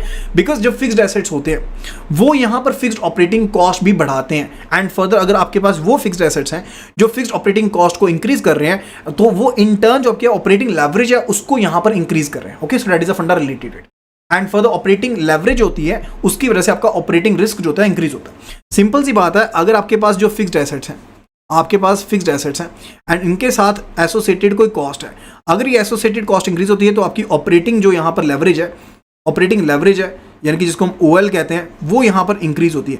अगर ओएल इंक्रीज होता है तो ओआर यानी कि ऑपरेटिंग रिस्क भी आपके पास यहां पर इंक्रीज होता है, okay. So that is a fund related. अब ऑपरेटिंग रिस्क पर्टिकुलरली क्या होता है, दैट इज रिलेटेड टू अगर आप यहां पर अपनी ऑपरेटिंग कॉस्ट को मीटअप ना कर पाए, अगर आप यहां पर अपनी ऑपरेटिंग कॉस्ट को मीटअप ना कर पाए या अगर आपकी ऑपरेटिंग कॉस्ट हाई होगी तो उसके केस में ऑपरेटिंग लेवरेज भी हाई होगी, ऑपरेटिंग लेवरेज हाई होगी तो ऑपरेटिंग रिस्क भी हाई होगा, यानी कि आपके चांसेस बढ़ जाते हैं कि आप अपनी ऑपरेटिंग कॉस्ट को कंप्लीट नहीं कर पाएंगे, ओके। तो यहां पर ऑपरेटिंग लेवरेज के क्या क्या फीचर्स हैं, let's have a look at it, ठीक है। तो ऑपरेटिंग जो लेवरेज होती है ये आपकी ऑपरेटिंग की जो कॉस्ट है उसके साथ लिंक्ड अप होती है, यानी कि आपके जो फिक्स्ड एसेट्स हैं कंपनी के उसमें क्या कॉस्ट इंक्लूड है उसके साथ कवर्ड अप होती है एंड फर्दर एक रिलेशनशिप मेजर करती है सेल्स वॉल्यूम के बीच में एंड ऑपरेटिंग प्रॉफिट के बीच में, ऑपरेटिंग प्रॉफिट एंड सेल्स के बीच में यहां पर जो एक रिलेशनशिप है उसको गो थ्रू करती है। एंड फर्दर अगर मेरे पास यहाँ पर ऑपरेटिंग रिस्क ज़्यादा है तो ऑपरेटिंग लेवरेज ज़्यादा है तो ऑपरेटिंग रिस्क भी क्या होगा, ज़्यादा होगा। अगर मैं यहाँ पर मैन्युफैक्चरिंग कंपनी की बात करता हूँ जहाँ पर हमारे पास ऑपरेटिंग जो फिक्स्ड कॉस्ट है वो ज़्यादा होती है, तो उसके केस में हमारे पास जो ऑपरेटिंग लेवरेज है वो भी ज़्यादा होगी। ट्रेडिंग करने वाली कंपनी के केस में ऑपरेटिंग कॉस्ट जो होगी वो कंपैरेटिवली कम होगी, तो वहाँ पर ऑपरेटिंग रिस्क भी क्या होगा, कम होगा। ठीक है, दैट इज अ फंडा related. And degree of leverage क्या है, डिग्री ऑफ लेवरेज को हम कैलकुलेट करते हैं contribution divided by the operating profit over there, contribution divided by the operating profit over there. And contribution क्या होता है, जब आप सेल्स में से वेरिएबल कॉस्ट को सब्ट्रैक्ट कर देते हो तो आपके पास क्या बनती है, कंट्रीब्यूशन बनती है। वो आपके पास क्या बनती है, कंट्रीब्यूशन बनती है। एंड जब कंट्रीब्यूशन में से फिक्स्ड कॉस्ट को सब्ट्रैक्ट कर देते हो तो वो आपके पास ऑपरेटिंग प्रॉफिट बनता है। ओके, यानी कि कंट्रीब्यूशन किसके इक्वल है, जब आप सेल्स में से आप यहां पर वेरिएबल कॉस्ट को सब्ट्रैक्ट कर देते हो, एंड जब आप कंट्रीब्यूशन में से फिक्स्ड कॉस्ट को सब्ट्रैक्ट कर देते हो तो आपके पास क्या बनती है, ऑपरेटिंग प्रॉफिट बन जाता है। That is the funda related. ठीक है, तो ये सिंपल सा फंडा है। एंड आपके जो ऑपरेशनल जो आपके पास ऑपरेटिंग लेवरेज का formula that is equal to what, जो आपके पास कंट्रीब्यूशन है divided by the operating profit, जो आपके पास operating profit that is basically what, that is your operating leverage over there. Okay, तो इस फंडा को सिंपली ध्यान में रखना है। एंड ये छोटे छोटे से फॉर्मूला इनको ध्यान रखना है, यानी कि जो कंट्रीब्यूशन है that is equal to what, that is equal to sales minus variable cost, and further जो आपके पास ऑपरेटिंग प्रॉफिट है that is equal to contribution minus fixed cost over there. Okay, अब ब्रेक इवन पॉइंट जो है that can be easily be calculated by dividing the fixed cost. आप fixed cost को अगर पीवी रेशियो के साथ divide करते हो तो आप यहां पर क्या कैलकुलेट कर सकते हो, आप ब्रेक इवन पॉइंट को कैलकुलेट कर सकते हो। Okay, so break even point is equal to what, break even point is equal to fixed cost divided by PV ratio over there. And further PV ratio is equal to what, PV ratio किसके equal होता है, what is profit to volume ratio, profit to volume ratio अभी हमने किया था ना formula, जहां पर 27.55% दिया गया था, 84 लाख की सेल दी थी, अगर आपको भी याद हो, अभी हमने सॉल्व किया था ऊपर। ठीक है, तो profit to volume ratio particularly क्या होती है, जो आपका प्रॉफिट है, प्रॉफिट पर्टिकुलरली क्या हो गया, ऑपरेटिंग प्रॉफिट की बात नहीं कर रहा हूं मैं, प्रॉफिट की बात कर रहा हूं, ओवरऑल प्रॉफिट की बात कर रहा हूं। यानी कि जो मेरे पास कंट्रीब्यूशन है, यानी कि मेरे पास जो मेरे पास टोटल सेल्स हैं माइनस जो मेरे पास यहां पर वेरिएबल कॉस्ट है, यानी कि contribution divided by sales divided by the sales over there, क्योंकि वॉल्यूम जो होती है सेल्स के इक्वल होती है ना, तो ये पर्टिकुलरली क्या मेरे पास पीवी रेशियो है। एंड ब्रेक इवन पॉइंट किसके इक्वल है, ब्रेक इवन पॉइंट जो है, जो ब्रेक इवन पॉइंट है that is equal to fixed cost divided by the PV ratio, divided by the PV ratio over there. ये आपका break even point हो गया, this is your break even point over there. Okay, तो ये formulas आप यहां पर ध्यान में रखेंगे, आप इनको काइंडली नोट कर सकते हैं या फिर बाद में आप पीडीएफ से भी गो थ्रू कर सकते हैं। Okay, so that will be related to the formulas over here, and इसके बेस पर आप अभी क्वेश्चंस को सॉल्व कर सकते हैं, हम इसको सॉल्व भी करेंगे। अब ब्रेक इवन पॉइंट बेसिकली वो पॉइंट होता है जब आपकी फिक्स्ड कॉस्ट जो होती है वो यहां पर आपकी टोटली रिकवर हो जाती है। ओके, तो ब्रेक इवन पॉइंट के ऊपर जो फिक्स्ड कॉस्ट होती है वो आपकी टोटली रिकवर हो जाती है। एंड जैसे जैसे आपके पास यहां पर सेल्स इंक्रीज अब होनी शुरू होगी, वैसे वैसे आपके पास जो आपके प्रॉफिट है वो यहां पर कंट्रीब्यूशन के इक्वल होने शुरू हो जाएंगे। राइट, यानी कि ब्रेक इवन पॉइंट जो ऐसा पॉइंट है जब मेरी जो फिक्स्ड कॉस्ट है वो टोटली कवर हो गई, जब मेरी फिक्स्ड कॉस्ट है जो टोटली कवर हो गई। एंड ये कह रहा है कि जैसे जैसे अब आपकी फिक्स्ड कॉस्ट रिकवर होगी, इसके बियॉन्ड यानी कि ब्रेक इवन पॉइंट से ऊपर अगर मेरी सेल्स यहां पर इंक्रीज होंगी तो सेल्स जो मेरी यहां पर प्रॉफिट मेरा जो इंक्रीज होगा ना, जो यहां पर प्रॉफिट यहां पर मेरे यहां पर सेल्स इंक्रीज होंगी, वो लेवल बेसिकली सेल्स का लेवल किसके इक्वल होगा, नॉट प्रॉफिट, सेल्स का लेवल जो इंक्रीज होगा किसके इक्वल होगा, वो कंट्रीब्यूशन के इक्वल होगा। कंट्रीब्यूशन बेसिकली क्या है, contribution is basically equal to sales minus variable cost, sales minus variable cost. ठीक है, क्योंकि यहां पर आप ध्यान रखिएगा कि आपके पास जो सेल्स इस लेवल के बीपी के ऊपर होंगी तो वो इसी के इक्वल होंगी, यानी कि जब आपकी सेल्स इस लेवल के ऊपर इंक्रीज होंगी तो जो आपका प्रॉफिट होगा ना वो इस पेस के साथ यानी कि कंट्रीब्यूशन के पेस के साथ वो इंक्रीज होगा, क्योंकि यहां पर आप वेरिएबल कॉस्ट को तो साथ के साथ आप सेट करते हैं। ठीक है, तो वो आपके पास उस लेवल के साथ यहां पर क्या होना शुरू हो जाएगा, इंक्रीज होना शुरू हो जाएगा। यानी कि break even point basically let's say the case कि अगर मैं यहां पर बात करूं कि मेरे पास यहां पर 100 रुपीज़ यहाँ पर कॉस्ट है, एंड फॉर द 100 रुपीज़ में से 100 रुपीज़ यहाँ पर कॉस्ट है, एंड 25 रुपीज़ यहाँ पर मेरी फिक्स्ड कॉस्ट है, ये मेरी सेल्स है, एंड 25 रुपीज़ मेरी क्या है, फिक्स्ड कॉस्ट है। ब्रेक इवन पॉइंट होता है उस पॉइंट के ऊपर आपकी ये फिक्स्ड कॉस्ट टोटली रिकवर हो जाती है। ओके, एंड फॉर द इसके बियॉन्ड अगर मेरी सेल्स इंक्रीज होनी शुरू होती है, 110 होगी कुछ होगी, तो बेसिकली जो मेरा प्रॉफिट यहाँ पर इंक्रीज होना शुरू होगा, जो प्रॉफिट मेरा यहाँ पर इंक्रीज होना शुरू होगा, that will be equal to what, that will be equal to the contribution, वो कंट्रीब्यूशन के इक्वल होना शुरू होगा। इज दैट क्लियर, ये चीज क्लियर होगी। यानी कि अगर एक फर्म जो है वो यहां पर अगर वो फर्म जो है वो यहां पर ऑपरेटिंग लेवरेज के ऊपर, high degree of operating leverage के ऊपर काम कर रही है, एंड अगर वो ब्रेक इवन पॉइंट से ऊपर काम कर रही है तो बहुत ज्यादा प्रॉफिट अर्न कर सकती है, तो वो बहुत ज्यादा प्रॉफिट अर्न कर सकती है। ये चीज क्लियर होगी। अब यहां पर ऑपरेटिंग लेवरेज किसके इक्वल होता है वो हमने पढ़ लिया, and further break even point के बारे में पढ़ लिया। एंड अब इनका रिलेशनशिप है, क्या रिलेशनशिप है, अगर एक कंपनी जो है वो high degree of operating leverage के ऊपर काम कर रही है, यानी कि ऑपरेटिंग कॉस्ट जहां पर ज्यादा है, एंड फर्दर अगर वो ब्रेक इवन पॉइंट से ऊपर काम कर रही है तो एक अच्छा खासा प्रॉफिट जो है वो अर्न कर सकती है। ओके, लेकिन अब अगर हमारे पास परसेंटेज सेल्स चेंज होती है तो उसकी वजह से आपके पास परसेंटेज प्रॉफिट भी क्या होगा, चेंज होगा ना, क्योंकि यहां पर मैं किसके ऊपर काम कर रहा हूं, अब मैं डिग्री ऑफ ऑपरेटिंग लेवरेज के ऊपर काम कर रहा हूं। किसके ऊपर काम कर रहा हूं, ऑपरेटिंग लेवरेज के ऊपर काम कर रहा हूं। एंड अगर ये ऑपरेटिंग लेवरेज के ऊपर, क्योंकि जैसे जैसे सेल्स इंक्रीज हो गई तो वैसे वैसे डेफिनेटली प्रॉफिट मेरा काफी अच्छा हो जाएगा, लेकिन अगर सेल्स कम हो गई तो प्रॉफिट भी यहां पर क्या हो जाएगा, कम हो जाएगा। एंड जब हमारे पास यहां पर फिक्स्ड कॉस्ट होती है तो परसेंटेज चेंज होता है प्रॉफिट में, वो यहां पर ज्यादा होता है। जब मेरे पास फिक्स्ड कॉस्ट होती हैं वो होती हैं तो परसेंटेज चेंज होता है किसमें, जो प्रॉफिट में परसेंटेज चेंज होता है वो यहां पर ज्यादा होता है than in the sales volume over there, क्योंकि यहां पर ऑपरेटिंग लेवरेज था किसके लिए, कि यहां पर फिक्स्ड कॉस्ट जो थी वो ज्यादा उसके रिलेटेड थी। तो यहां पर यही कह रहा है, कहता है अगर आपके पास यहां पर लेवरेज ज्यादा है एंड फर्दर अगर आपके पास यहां पर फिक्स्ड कॉस्ट एग्जिस्ट करती है तो उसके केस में आपके पास जो परसेंटेज चेंज होगी प्रॉफिट में, परसेंटेज चेंज होगी प्रॉफिट में, सेल्स में चेंज थोड़ा सा हुआ तो प्रॉफिट में चेंज फिर भी ज्यादा होगा। लेट्स से केस कि सेल्स में चेंज हुआ 10%, प्रॉफिट में चेंज होगा 12%, 15%, अगर मेरे पास यहां पर फिक्स्ड कॉस्ट इंक्रीज करती है in case of the operating leverage over there. ये चीजें बेसिकली किसके रिलेटेड है, जब हमने ना यहां पर स्टॉक मार्केट में डाटा शो करना होता है ना, तब ऐसी चीजें काम आती हैं लोगों को लोअर करने के लिए, ठीक है। तो that is a thing related. अभी यहां पर एग्जांपल देखेंगे आपको और क्लियर हो जाएगा। तो ऑपरेटिंग लेवरेज का जो हमारे पास यहाँ पर फॉर्मूला वो किसके इक्वल है, वो बेसिकली इक्वल है profit divided by the sales, change in profit divided by change in sale over there, that is the formula related. Change in profit divided by the change in sale over there, that is the formula related, ठीक है। तो ये सभी चीजें clear हो गई यहाँ पर। तो हमारे पास यहाँ पर ऑपरेटिंग लेवरेज आ गया। ऑपरेटिंग लेवरेज का हमने फॉर्मूला पहले देखा, that is equal to contribution divided by the operating profit over there. Contribution इसके इक्वल है sales minus variable cost, and contribution में से अगर आप यहां पर सब्ट्रैक्ट कर देते हो वेरिएबल कॉस्ट को, sorry contribution is equal to what, contribution is equal to what, it is equal to sales minus variable cost. And अगर कंट्रीब्यूशन में से सब्ट्रैक्ट कर देते फिक्स्ड कॉस्ट को तो मेरे पास ऑपरेटिंग प्रॉफिट आ गया। तो ये बेसिकली मेरे पास ऑपरेटिंग लेवरेज है। एंड ब्रेक इवन पॉइंट के बारे में पढ़ लिया हमने। उसके बाद हमने ऑपरेटिंग लेवरेज का एक छोटा सा फॉर्मूला और देख लिया, that's actually equal to what, degree of operating leverage देख लिया। वो किसके इक्वल था, change in profit divided by change in sales over there, change in profit divided by change in sales over there. Is that clear. अब एक question को यहां पर देखते हैं।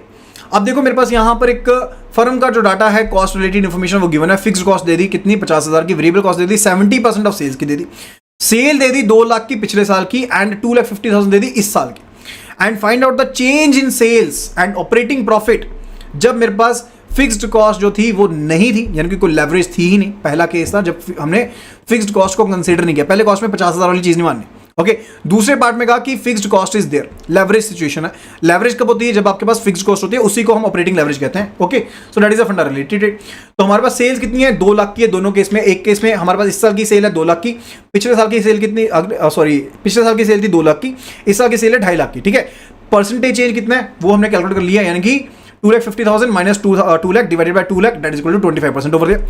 अब यहां पर वेरिएबल कॉस्ट को अगर हम सब्ट्रैक्ट कर देते हैं, अगर हम वेरिएबल कॉस्ट को सब्ट्रैक्ट कर देते हैं तो मेरे पास क्या आ गई, मेरे पास आ जाएगी कंट्रीब्यूशन, क्योंकि कंट्रीब्यूशन किसके इक्वल है, contribution is equal to sales minus the variable cost, that is a contribution over there. तो यहां पर आ गई मेरे पास, तो यहां पर मेरे पास वेरिएबल कॉस्ट कितनी है, 70% ऑफ सेल्स है। 70% ऑफ सेल्स यानी कि 1,40,000, इस केस में 1,75,000 होगी।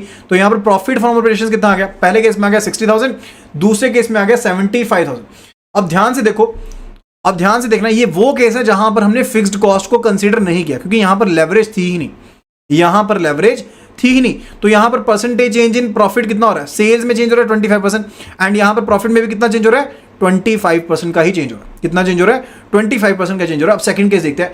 अब सेकंड केस के केस में मेरे पास यहां पर सेल्स भी है एंड फर्दर मैंने यहां पर कंट्रीब्यूशन को कैलकुलेट कर लिया, दैट इज इक्वल टू 60,000 75,000। अब फिक्स्ड कॉस्ट को भी सब्ट्रैक्ट करेंगे, क्योंकि सेकंड केस जो था वो लेवरेज्ड सिचुएशन थी। तो यहां पर 50,000 की मेरे पास ऑलरेडी फिक्स्ड कॉस्ट दे रखी थी। तो यहां पर प्रॉफिट मेरे पास था पहले 10,000 का, अब प्रॉफिट जो आया वो मेरे पास आ गया 25,000 का। तो यहां पर चेंज इन प्रॉफिट देखो कितना बन गया, अब यहां पर सेल्स 25% चेंज हो रही है, लेकिन जो यहां पर प्रॉफिट चेंज हो रहा है कितना हो रहा है, 150% चेंज हो रहा है। यही चीज मैं आपको स्टैब्लिश करना चाहता था जब मैंने आपको बोला था कि जब अगर हमारे पास यहां पर सेल्स हैं एंड फर्दर अगर फिक्स्ड कॉस्ट नहीं है तो परसेंटेज चेंज जो होता है वो यहां पर वो कंपैरेटिवली कम होता है या फिर पर्टिकुलरली एंड सेम होता है, उससे ज्यादा नहीं होता है। लेकिन जब आपके पास सेल्स हैं and further fixed cost exist करती है, फिक्स्ड कॉस्ट एग्जिस्ट करती हैं, उसके केस में आपके पास सेल्स की परसेंटेज में एंड प्रॉफिट की परसेंटेज में जो चेंज होता है वो प्रॉफिट परसेंटेज चेंज ज्यादा होता है, जैसा कि हमने यहां पर सेकंड पॉइंट में यहां पर गो थ्रू किया। ओके, तो दैट इज अ फंडा related to the second point over here. आपको आई होप ये चीज क्लियर हो गई होगी, राइट। अब हम बात करने वाले हैं related to the composite leverage over there, composite leverage over there, ठीक है। अब यहां पर ना अगर हम ध्यान से समझो तो फाइनेंशियल लेवरेज, जो फाइनेंशियल लेवरेज के बारे में हमने पढ़ा, एंड ऑपरेटिंग लेवरेज, दोनों ही यहां पर किसी कंपनी के रेवेन्यू को मैग्नीफाई कर सकती हैं। अब हमने पढ़ा कि अगर ऑपरेटिंग लेवरेज ज्यादा है तो परसेंटेज प्रॉफिट चेंज ज्यादा होता है, परसेंटेज प्रॉफिट चेंज ज्यादा होता है। एंड अगर मेरे पास फाइनेंशियल लेवरेज है तो उसके केस में ईपीएस की जो वैल्यू है वो ज्यादा होती है, अर्निंग पर शेयर ज्यादा होता है। तो दोनों चीजें जो है कंपनी के रेवेन्यू को यहां पर क्या कर सकती है, मैग्नीफाई कर सकती हैं। ऑपरेटिंग लेवरेज जो है वो यहां पर इनकम के ऊपर इंपैक्ट डालती है, एंड जो फाइनेंशियल लेवरेज है वो यहां पर जो आपके पास डिसीजन मेकिंग होती है उस बेसिकली आपकी ईपीएस के ऊपर इंपैक्ट डालती है। कंपोजिट लेवरेज जो होती है वो यहां पर रहता है कि हमने ओवरऑल जो इनकम है ना यहां पर फर्म की जो ओवरऑल इनकम है उसको किस तरह से हमने यहां पर चेंज करना है उसके ऊपर इंपैक्ट डालती है, ठीक है। कंपोजिट लेवरेज उसके ऊपर इंपैक्ट डालती है। अब यहां पर ना जो मैनेजमेंट होती है, क्योंकि दोनों चीजों लेवरेज का मतलब क्या है, रिस्क एसोसिएटेड है, तो दोनों केसेस में रिस्क को असेस करना बहुत ज्यादा इंपॉर्टेंट बन जाता है। अगर आपके पास बहुत ज्यादा फाइनेंशियल लेवरेज होगी ना वो भी यहां पर आपके लिए दिक्कत वाली बात हो जाएगी, ठीक है। एंड फर्दर उस चीज के बारे में देखना, ध्यान रखना बहुत ज्यादा जरूरी है। अब डिग्री ऑफ कंपोजिट लेवरेज जो होती है वो कैसे कैलकुलेट करते हैं, दैट इज पर्टिकुलरली जो आपके पास ईपीएस है उसमें क्या डिफरेंस है एंड सेल्स है उसमें क्या डिफरेंस है, that's actually related to what, that's your degree of composite leverage. तो याद रखेंगे डिग्री ऑफ आपके पास कंपोजिट लेवरेज जो है उसके बारे में ध्यान रखेंगे।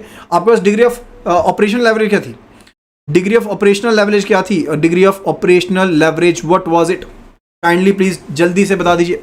डिग्री ऑफ ऑपरेशनल लेवरेज आपके पास क्या एग्जिस्ट करती थी, क्या फॉर्मूला था, फटाफट से यहां पर फटाफट से ऑप्शन में आप चैट बॉक्स में लिखिएगा एंड मैसेज कीजिएगा। डिग्री ऑफ ऑपरेशनल लेवरेज आपके पास क्या एग्जिस्ट करती थी, एक छोटा सा फॉर्मूला हमने यहां पर पढ़ा था, that was related to profit में कितना चेंज एंड सेल्स में कितना change, that was degree of operating leverage. Okay, and वो तो आपको डिग्री ऑफ फाइनेंशियल लेवरेज क्या थी, EBIT divided by EBT, EBIT divided by EBT. And further degree of composite leverage क्या है, डिग्री ऑफ कंपोजिट लेवरेज क्या होगा, EPS में कितना चेंज आया, सेल्स में कितना चेंज आया, ईपीएस में कितना चेंज आया, सेल्स में कितना चेंज आया, that is your degree of composite leverage. Okay, and composite leverage को कैलकुलेट करके कैसे करना है, जो ऑपरेटिंग लेवरेज है उसको मल्टीप्लाई कर दो फाइनेंशियल लेवरेज के साथ, यानी कि ऑपरेटिंग लेवरेज कैलकुलेट करो, फाइनेंशियल लेवरेज कैलकुलेट करो एंड दोनों को मल्टीप्लाई कर दो, that will be the funda related कि आप यहां पर कंपोजिट लेवरेज कैलकुलेट कर सकते हो। इज दैट क्लियर, ये चीज यहां पर क्लियर होगी। ओके, तो यहां पर एक क्वेश्चन देखते हैं, यहां पर देखिएगा कंपनी है जिसकी सेल दी गई है, कितनी की सेल दी गई है, that is given to be 5 lakh rupees. कितनी सेल दी गई है, 5 लाख की सेल दी गई है कंपनी की। वेरिएबल कॉस्ट कितनी दी गई है, यहां पर डाटा लिखना शुरू कर देते हैं। सेल्स दी गई है 5 लाख की, 5 लाख की सेल दी गई है। वेरिएबल कॉस्ट दी गई है हमारे पास यहां पर 3 लाख की, वेरिएबल कॉस्ट 3 लाख की दी गई है। एंड फर्दर फिक्स्ड कॉस्ट दी गई है कितनी, 1 लाख की यहां पर फिक्स्ड कॉस्ट हमारे पास यहां पर गिवन है। लॉन्ग टर्म लोन है 4 लाख रुपए का, यहां पर लॉन्ग टर्म जो लोन है वो यहां पर गिवन है 10% इंटरेस्ट के ऊपर। And calculate the composite leverage over there, तो कंपोजिट लेवरेज जो है उसे यहां पर हमने क्या कर लेना है, कैलकुलेट कर लेना है। तो फटाफट से यहां पर हमें आंसर पोस्ट करना है कि what will be the answer over there. अच्छा, अगर आपको मैं ये बताऊं कि फाइनेंशियल लेवरेज ऑलरेडी आपको बताया था, डिग्री ऑफ फाइनेंशियल लेवरेज किसके इक्वल होती है, जो मेरे पास ईबीआईटी था डिवाइडेड बाय ईबीटी, ये मेरे पास क्या था, this was related to the financial leverage. And formula क्या होता था, अगर मैं सेल्स में से वेरिएबल कॉस्ट एंड फर्दर जो वेरिएबल कॉस्ट है एंड फर्दर फिक्स्ड कॉस्ट को सब्ट्रैक्ट कर देता हूं तो मेरे पास ईबीआईटी बन जाता है। एंड अगर मैं ईबीआईटी में से जो इंटरेस्ट है उसको सब्ट्रैक्ट कर देता हूं तो ईबीटी बन जाता है। ये चीज थी। सेल्स कितनी है, सेल्स 5 लाख की है, 5 लाख में से variable cost and fixed cost subtract कर दी, 3 + 1 4 लाख सब्ट्रैक्ट कर दिया, तो यहां पर कितना बन गया, ये 1 लाख बन गया, ये 1 लाख बन गया मेरे पास। एंड फर्दर अगर हम यहां पर पर्टिकुलरली इंटरेस्ट कॉस्ट देखते हैं तो कितनी बन रही है, 10% ऑफ 4 लाख, क्योंकि यही इंटरेस्ट लग रहा है ना, तो इंटरेस्ट कितना है 40,000 बना, तो 1 लाख में से 40,000 स्प्रेड करते हैं, ये कितना बन गया 60,000 बन गया। तो ये मेरे पास क्या बन गया यहाँ पर फाइनेंशियल लेवरेज बन गया। This is the financial leverage over there. तो फाइनेंशियल लेवरेज कितनी आ गई मेरे पास, that is equal to what, 10 divided by 6 आ गया, 10 डिवाइडेड बाय 6 आ गया, यानी कि कितना बन गया 1.67 बन गया, 1.67 मेरे पास यहाँ पर बन गया। यहाँ पर सिंपली लिख रहे हैं 10 डिवाइडेड बाय 6 बन गया, फाइनेंशियल लेवरेज 10 डिवाइडेड बाय 6 बन गया। अगर मैं ऑपरेटिंग लेवरेज की बात करूं, ऑपरेटिंग लेवरेज किसके इक्वल होती है, दैट इज इक्वल टू जो मेरे पास कंट्रीब्यूशन है, जो मेरे पास कंट्रीब्यूशन है divided by EBIT, divided by EBIT, that is actually equal to it. And contribution किसके होती है, sales minus variable cost. Sales कितनी है, मेरे पास 5 लाख की है, वेरिएबल कॉस्ट कितनी है 3 लाख की है, तो कितनी कंट्रीब्यूशन कितनी होगी 2 लाख की होगी, 2 लाख की कंट्रीब्यूशन होगी। And for the divided by EBIT, EBIT किसके इक्वल है, ईबीआईटी किसके इक्वल है, अभी तो कैलकुलेट किया ऊपर 1 लाख आया ना यहाँ पे, तो मेरे पास ऑपरेटिंग लेवरेज कितनी है, एक यहाँ पर आ गई 2:1 की आ गई। एंड कंपोजिट लेवरेज कितनी होगी, that will be equal to OL into FL. OL कितना है यहाँ पे 2 डिवाइडेड बाय 1 एंड एफएल कितना है 10 डिवाइडेड बाय 6 ओवर देयर, यानी कि 1 and 3। एंड इस तरह से हम यहाँ पर कैलकुलेशन कर सकते हैं, इस तरह से हम यहाँ पर कैलकुलेशन कर सकते हैं ना। तो हमारे पास आंसर क्या रहेगा, फटाफट से यहाँ पर बता दीजिए, what will the combined leverage over there, that is 10 divided by 3, या फिर इसको आप यहाँ पर सॉल्व करके आंसर लिख सकते हो, that is 3.333, that is 3.333, that is your composite leverage over here, that is your composite leverage. I hope कि आपको यहाँ पर ये पॉइंट क्लियर हो गया होगा, काफी इंपॉर्टेंट क्वेश्चन यहाँ से बन जाते हैं। ओके, तो यहाँ पर अगर आपको सेल्स पॉइंट पता है तो आप यहाँ पर एस्टैब्लिश कर सकते हो कि क्या क्या इंपैक्ट है, एंड फर्दर आप दोनों को ध्यान रखते हुए operating leverage and financial leverage को कैलकुलेट कर सकते हो, एंड फर्दर क्वेश्चन को सॉल्व कर सकते हो। अब यहाँ पर ना आपको एक चीज का ध्यान रखना है कि जैसे जैसे आप वॉल्यूम ऑफ सेल इंक्रीज करते हो एंड फिक्स्ड कॉस्ट तो क्योंकि आपकी सेम ही रहनी है, तो डिग्री ऑफ लेवरेज जो है वो यहाँ पर आपकी कम होनी शुरू हो जाती है, डिग्री ऑफ लेवरेज जो है वो कम होनी शुरू हो जाती है। अब यहाँ पर अगर आप ऑपरेटिंग लेवरेज की degree and further financial leverage की डिग्री दोनों की डिग्री हाई रखते हो तो काफी ज्यादा रिस्की हो जाता है, तो आपका काफी जो कंबाइंड लेवरेज है काफी ज्यादा रिस्की हो जाती है। अगर आपकी दोनों में से एक लो एक हाई है तो वो नॉर्मल है, वो मॉडरेट रहती है, अगर दोनों लो है तो आपकी जो डिग्री ऑफ कंबाइंड लेवरेज है वो यहाँ पर कम रहती है, दैट इज अ फंडा रिलेटेड। अगर हम यहाँ पर कंपैरिजन की बात करें, अगर हम यहाँ पर इनके बीच में कंपैरिजन की बात करें तो इस केस में पर्टिकुलरली आप देखिएगा operating leverage and further financial leverage के बीच में हम डिफरेंसेस को कैलकुलेट करने वाले हैं। अगर मैं यहाँ पर बात करता हूँ मीनिंग के बारे में बात करता हूँ, तो ऑपरेटिंग लेवरेज होती है वो कहती है कि यहाँ पर फर्म की जो ऑपरेटिंग फिक्स्ड कॉस्ट है वो यहाँ पर कितनी है, ठीक है, एंड फर्दर जो फर्म है वो अपने फिक्स्ड कॉस्ट को इस्तेमाल करते हुए कितनी रिटर्न्स को बना पा रहा है, ठीक है, that is operating leverage over there. And financial leverage क्या है कि जहां पर कंपनी अपने कैपिटल स्ट्रक्चर का यूज करते हुए कितना डेप्ट को उठा रही है एंड फर्दर उसको पैसे यहां पर बनाने में लगा रही है, that's actually related to the financial leverage over there, ताकि कंपनी जो है अपने टैक्सेस को रिड्यूस कर पाए।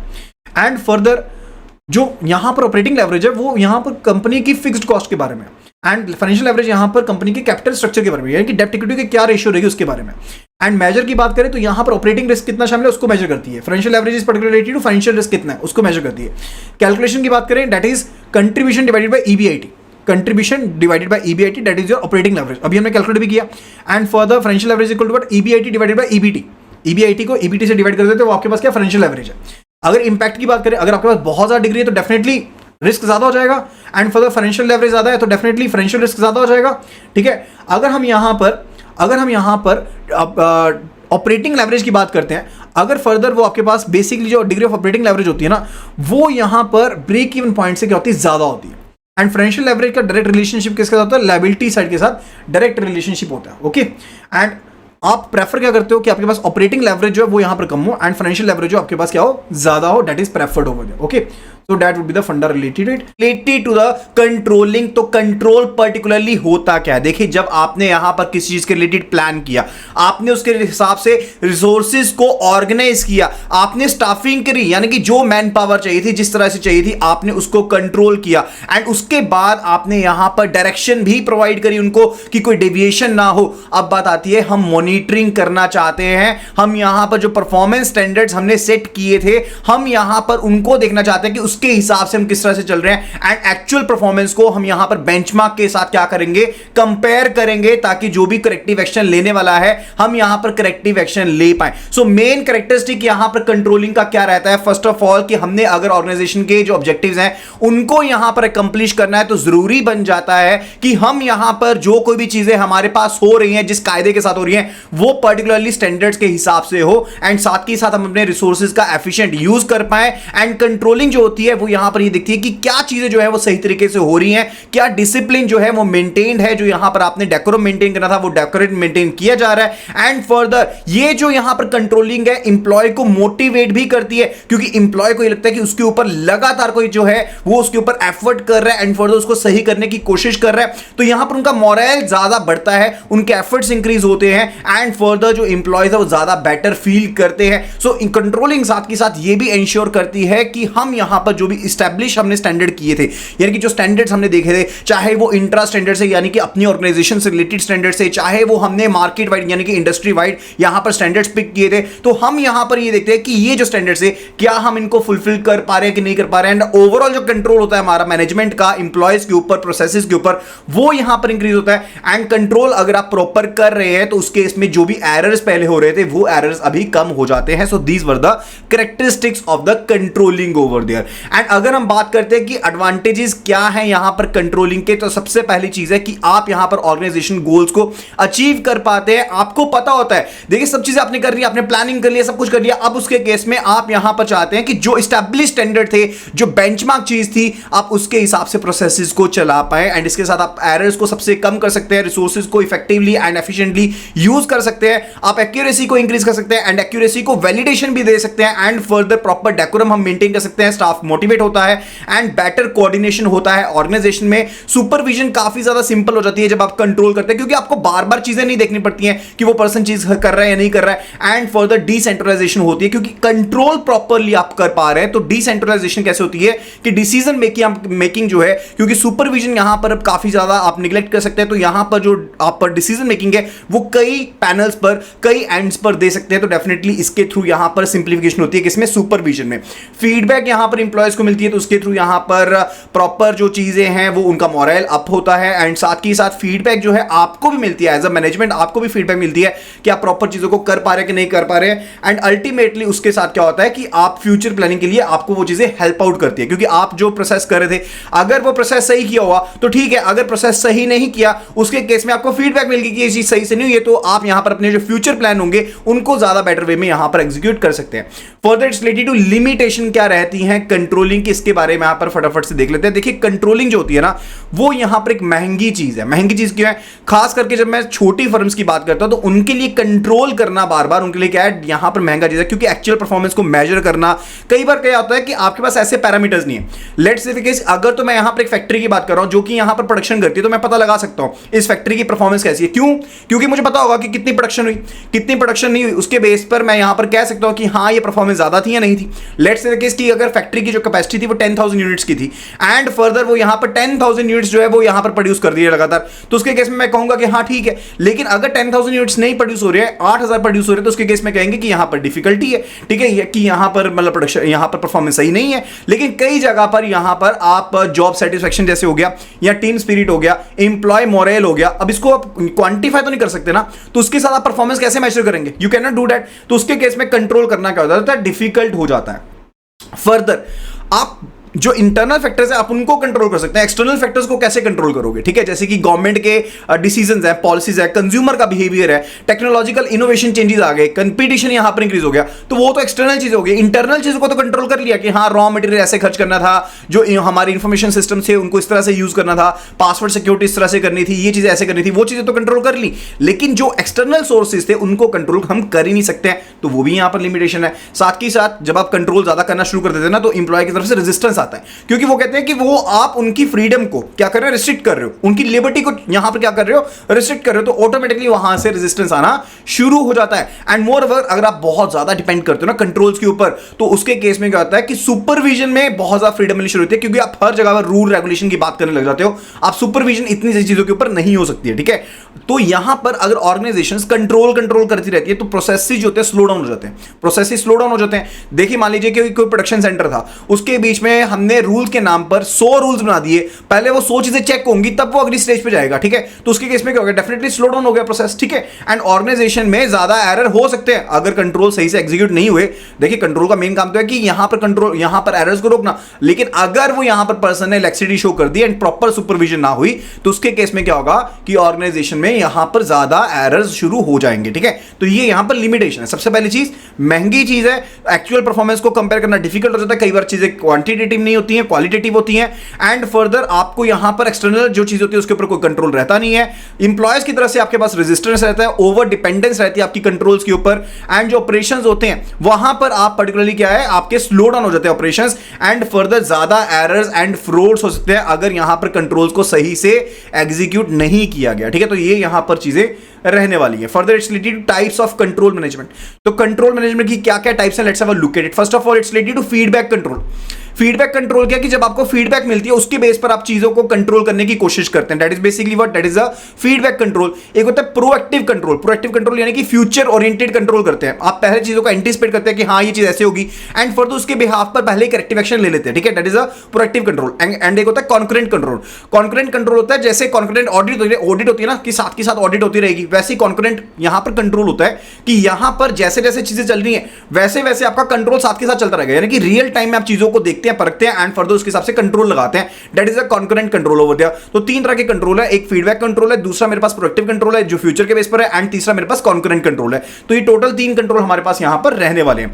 अच्छा, कंट्रोल का प्रोसेस देख लेते हैं। सबसे पहली चीज क्या होती है कि आप स्टैंडर्ड्स को एस्टैब्लिश करते हैं। क्या किया मैंने, स्टैंडर्ड्स को एस्टैब्लिश किया, जो एक्चुअल परफॉर्मेंस हुई मैंने उसको मेजर किया कि परफॉर्मेंस हुई कितनी, फिर मैं यहां पर कंपेयर करता हूं दोनों को, यानी कि एक्चुअल परफॉर्मेंस को जो स्टैंडर्ड्स एस्टैब्लिश किए थे उसके साथ कंपेयर किया। अब अगर डेविएशन होगी तो मैं क्या करूंगा, करेक्टिव एक्शन करूंगा, ठीक है। लेट्स से एक फैक्ट्री की जो यहां पर आउटपुट होनी चाहिए थी, ऑप्टिमम आउटपुट होनी चाहिए थी, वो 8000 पीसेस पर डे की थी, लेकिन हमने जो प्रोडक्शन की वो 7500 पीसेस की, ठीक है। तो यहां पर कंपैरिजन के बेस पर हमने कहा कि 500 पीस आपने कम यहां पर प्रोड्यूस किए हैं, तो उसके बेस पर हम देखेंगे कि कहां पर चेंजेस करने वाले हैं एंड फर्दर करेक्टिव एक्शन लेंगे ताकि जो हमारी यहां पर ऑप्टिमम यहां पर प्रोडक्शन है वो 8000 पर हम लेकर जा पाए, ठीक है। That is a control process over there. अब यहां पर आपके लिए सबसे पहला स्टेप क्या होता है कि आपको यहां पर स्टैंडर्ड्स को एस्टैब्लिश करना है, यानी कि जो भी टारगेट आपका उसके हिसाब से आपको ऑर्गेनाइजेशन गोल्स को देखते हुए, स्टैंडर्ड्स को देखते हुए, प्रोसीजर्स को देखते हुए आपको ओवरऑल यहां पर क्या करना पड़ेगा, एक स्टैंडर्ड एस्टैब्लिश करना पड़ेगा। एंड ये जो कंट्रोल आप स्टैंडर्ड्स एस्टैब्लिश करते हैं ये दो तरह के होते हैं, एक होता है क्वालिटेटिव कंट्रोल, एक होता है क्वालिटेटिव स्टैंडर्ड, यानी कि क्वालिटी के बेस पर जो स्टैंडर्ड्स होते हैं that is particularly related to intangible base पर होते हैं, that is qualitative standards. And दूसरा होता है आपके क्वांटिटेटिव स्टैंडर्ड्स। क्वांटिटेटिव स्टैंडर्ड जैसे मैंने अभी आपको बताया कि 800 पीसेस चाहिए, 8000 पीसेस चाहिए, तो वो मेरे पास क्या है, that is basically the quantitative standards over there. तो जब मैं एस्टैब्लिश करता हूं स्टैंडर्ड्स को तो मेरे पास दो तरह के स्टैंडर्ड्स होते हैं, एक होते हैं क्वांटिटेटिव स्टैंडर्ड्स, दूसरे होते हैं क्वालिटेटिव स्टैंडर्ड्स ओवर देयर, ठीक है।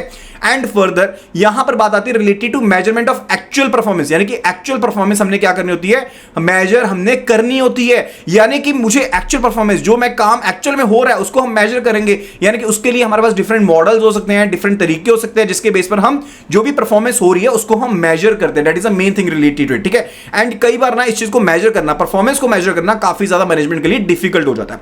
थर्ड स्टेप आता है कंपैरिजन करना, यानी कि एक्चुअल परफॉर्मेंस को स्टैंडर्ड जो हमने एस्टैब्लिश किए थे उनके साथ कंपेयर करना एंड डिफरेंस देखना कि दोनों में कितना डिफरेंस आ रहा है, ठीक है। That is a third thing over there. And fourth thing it's related to corrective action लेना। अब मुझे जब पता लगा कि ये डिफरेंस आ रहा है उसके बेस पर देखूंगा कि करेक्ट एक्शन क्या लिया जा सकता है एंड फर्दर डिफेक्ट्स जो थे उनको कैसे रिमूव कर सकते हैं एंड मैं यहां पर करेक्टिव एक्शन लूंगा, that is a thing related to it. तो यहां पर चार स्टेप है, पहला स्टैंडर्ड्स को एस्टैब्लिश करना, दूसरा यहां पर मेजरमेंट करना एक्चुअल परफॉर्मेंस की, फिर तीसरा है यहां पर एक्चुअल परफॉर्मेंस को स्टैंडर्ड्स के साथ कंपेयर करना, फोर्थ है करेक्टिव एक्शन लेना, that is the fourth step over there. तो ये यहां पर प्रोसेस था किसका, कंट्रोल का प्रोसेस था। अब यहां पर प्लानिंग एंड कंट्रोल जो होते हैं ना, देखिए मैनेजमेंट के दोनों फंक्शन है, दोनों क्या है, मैनेजमेंट के फंक्शन है। हमने डिफरेंट फंक्शंस के बारे में बात की थी, प्लानिंग के बारे में बात की, ऑर्गेनाइजिंग के बारे में बात की, स्टाफिंग के बारे में बात की, डायरेक्टिंग के बारे में बात करी एंड फर्दर कंट्रोलिंग के बारे में बात कर रहे हैं। अब यहां पर कंट्रोलिंग एंड प्लानिंग दोनों क्या मैनेजमेंट के फंक्शन है, लेकिन दोनों में क्या है, यहां पर एक रिलेशनशिप एग्जिस्ट करता है।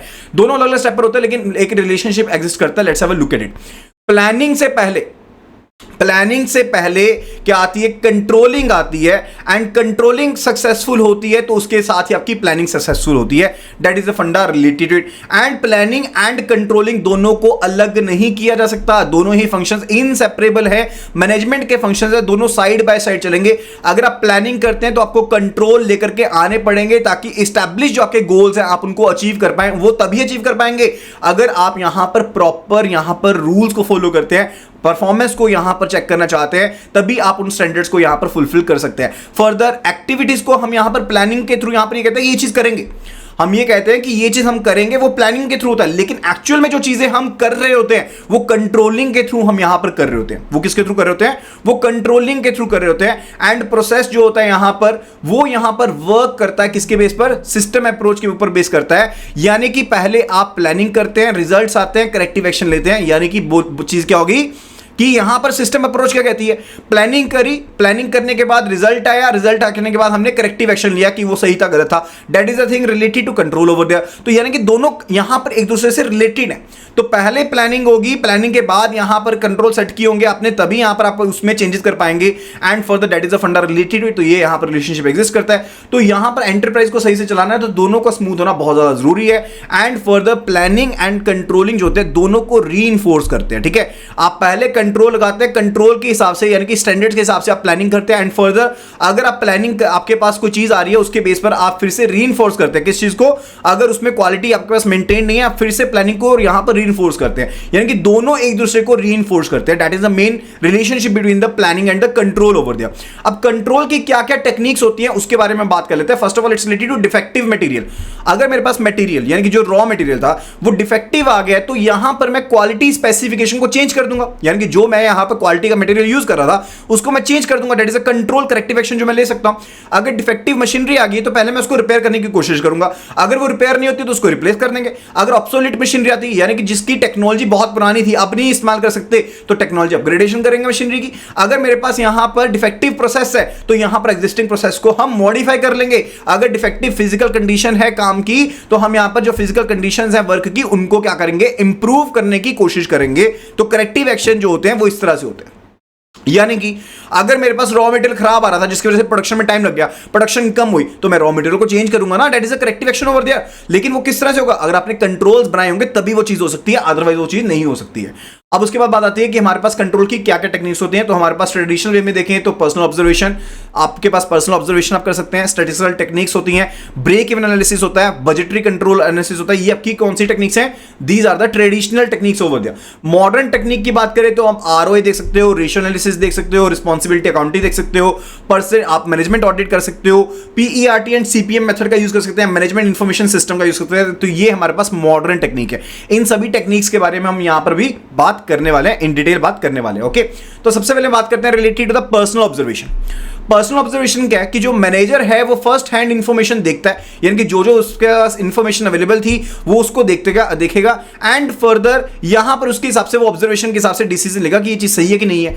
अब यहां पर एक साइकोलॉजिकल प्रेशर क्रिएट होता है एम्प्लॉयज के ऊपर। ठीक है, एक साइकोलॉजिकल प्रेशर क्रिएट होता है एम्प्लॉयज के ऊपर। उनको पता होता है कि उनको ऑब्जर्व किया जा रहा है, वो यहां पर उस तरीके से काम नहीं कर पाते जिस तरीके से वो कर सकते होते हैं। That is a personal observation का लिमिटेशन भी है यहां पर। स्टैटिस्टिकल ऑब्जर्वेशन क्या होता है? स्टैटिस्टिकल ऑब्जर्वेशन होता है जहां पर आपके पास डिफरेंट डाटा अवेलेबल है, आप डिफरेंट स्टैटिस्टिकल टेक्निक्स का इस्तेमाल करते हुए, एवरेज, रेशियोज, कोरिलेशंस, इनका इस्तेमाल करते हुए आप यहां पर परफॉर्मेंस को चेक करने की कोशिश करते हैं। That is a statistical analysis. ये भी ट्रेडिशनल टेक्निक है। फिर होता है break even analysis. Break even analysis क्या होता है? Let's say the case example लेते हैं कि मेरे पास यहां पर 1000 जो है यहां पर एक प्रोडक्ट की कॉस्ट है। This is basically related to, let's say कि एक प्रोडक्ट की कॉस्ट जो है वो ₹1000 की है एंड फर्दर इसको मैं यहां पर कितने में सेल कर रहा हूं? 1200 रुपीज में सेल कर रहा हूं। इसको मैं 1200 रुपीज में सेल कर रहा हूं, बिल्कुल लेमैन लैंग्वेज में आपको बता रहा हूं। ठीक है, एंड फर्दर मेरा जो टोटल पैसा लगा है यहां पर चीज को बनाने में वो यहां पर लगा है लेट्स से 5000 रुपीज यहां पर मेरे टोटल बनाने में लगे हैं इस चीज को। ठीक है, अब उसके केस में अगर मैं यहां पर कम से कम 25 यूनिट सेल करता हूं। क्यों 25? क्योंकि मेरी जो कॉस्ट थी वो 1000 रुपीज की थी। मेरे पास इसमें से पैसा कितना बचा? अगर मैं एक पीस को सेल करता हूं तो मेरे पास 200 रुपीज बचते हैं। ठीक है, तो यहां पर मैं 25 पीसेस को सेल करूंगा तो ये जो मेरा एक्सपेंडिचर था यहां पर, ये जो एक्सपेंडिचर था 5000 का वो फुलफिल होगा। यानी कि मैं no profit no loss situation के ऊपर पहुंचूंगा and that is what, that is your break even point over there. And वो आपका ब्रेक इवन पॉइंट होता है। ठीक है, तो ब्रेक इवन पॉइंट एनालिसिस जो होता है ये बेसिकली आपका क्या करता है? ये आपका एक रिलेशनशिप एग्जिस्ट करवाता है किसके बीच में? जो आपकी कॉस्ट है, यानी कि जो आपकी कॉस्ट लगी है, जो वॉल्यूम आप सेल कर रहे हो एंड जो प्रॉफिट्स आपके आ रहे हैं, उनके बीच में, तीनों के बीच में एक रिलेशनशिप एग्जिस्ट होता है and that is what, that is a break even analysis over there. ठीक है, एंड इसका फॉर्मूला क्या है? Let's have a look at it. Fixed cost divided by the जो आप सेलिंग कॉस्ट है एक यूनिट की एंड वेरिएबल कॉस्ट है एक यूनिट की, that is the break even point over there. Fixed cost क्या होती है? जो पक्की कॉस्ट है, पता लगनी ही लगनी है, वो आपकी फिक्स्ड कॉस्ट है। वेरिएबल कॉस्ट क्या है? जो यहां पर जितनी प्रोडक्शन होगी उसके हिसाब से वेरी करेगी, that is a variable cost over there, ठीक है। तो यहां पर इसके थ्रू हम क्या कर सकते हैं, ब्रेक इवन पॉइंट को कैलकुलेट कर सकते हैं, यानी कि जो no profit no loss situation होती है, जैसे मैंने आपको बताया, that is actually the break even point over there, ठीक है। तो यहां पर एक एग्जांपल है जिसको हम यहां पर समझने की कोशिश करेंगे, ठीक है। एंड फर्दर हम यहां पर डिफरेंट जो चीजें उनको समझने की कोशिश करें। तो यहां पर ग्राफ को मैं थोड़ा सा जूम इन कर लेता हूं, ताकि आपको ज्यादा बेटर वे में यहां पर एक आइडिया मिल पाए, ठीक है। तो यहां पर इस ग्राफ को देखिएगा। अब मेरे पास यहां पर जो वाई एक्सिस है इसके ऊपर है मेरे पास cost and sales, and further जो मेरे पास एक्स एक्सिस है इसके ऊपर है मेरे पास क्वांटिटी जो मैं सेल कर रहा हूं उसके बारे में, ठीक है। एंड फर्दर इस पॉइंट के ऊपर आकर के मेरे पास no profit no loss situation बन जाती है। क्या बन जाती है? No loss no profit situation बन जाती है। तो ये जो पॉइंट है, this would be what?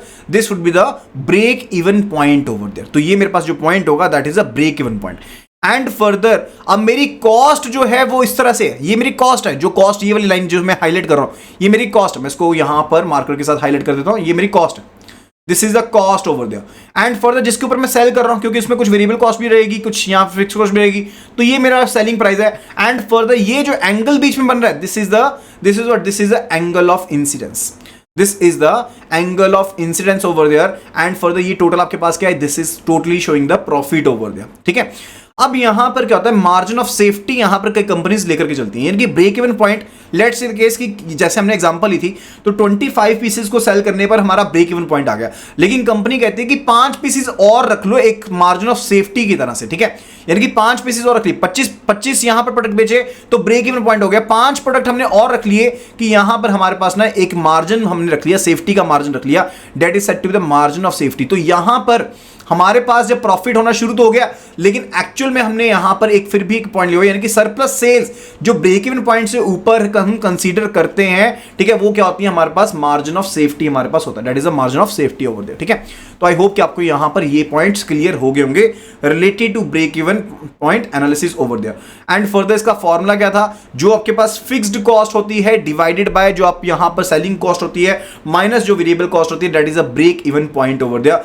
And इसमें एक टर्म यूज होती है, that is a contribution margin over there, that is a contribution margin over there. तो लेट्स से केस कि यहां पर एक प्रोडक्ट को हम 100 रुपीज में सेल कर रहे हैं, we are selling a product for ₹100 over there, and इसमें लेट्स से फिक्स्ड कॉस्ट जो थी वो 25 रुपीज की क्या थी, फिक्स्ड कॉस्ट थी। एंड फर्दर जो टोटल वेरिएबल कॉस्ट है, लेट्स से द केस कि वो यहां पर हमारे पास कितनी थी, वो यहां पर हमारे पास 60 रुपीज पर यूनिट की यहां पर वेरिएबल कॉस्ट, यहां पर वेरिएबल कॉस्ट थी, ठीक है। तो 60 रुपीज पर यूनिट यहां पर हमारे पास वीसी यानी कि वेरिएबल कॉस्ट यहां पर एग्जिस्ट करती है। तो कंट्रीब्यूशन मार्जिन क्या होगा, what will be the contribution margin, यानी कि जिस प्राइस के ऊपर सेल किया माइनस जो वेरिएबल कॉस्ट थी, that is what, that is a contribution margin, यानी कि जो डिनोमिनेटर यहां पर आ रहा है ना, that is basically what, that is a contribution margin over there, यानी कि fixed cost divided by the contribution, that is the formula related to the break even point over here, that is the formula related to the break even point over there. तो fixed cost कितनी थी इस case में, 25 rupees की fixed cost थी, and यहां पर contribution कितना था, मैंने सेल किया 100 रुपीज का प्रोडक्ट सेल किया, मैंने यहां पर 100 रुपीज का प्रोडक्ट सेल किया।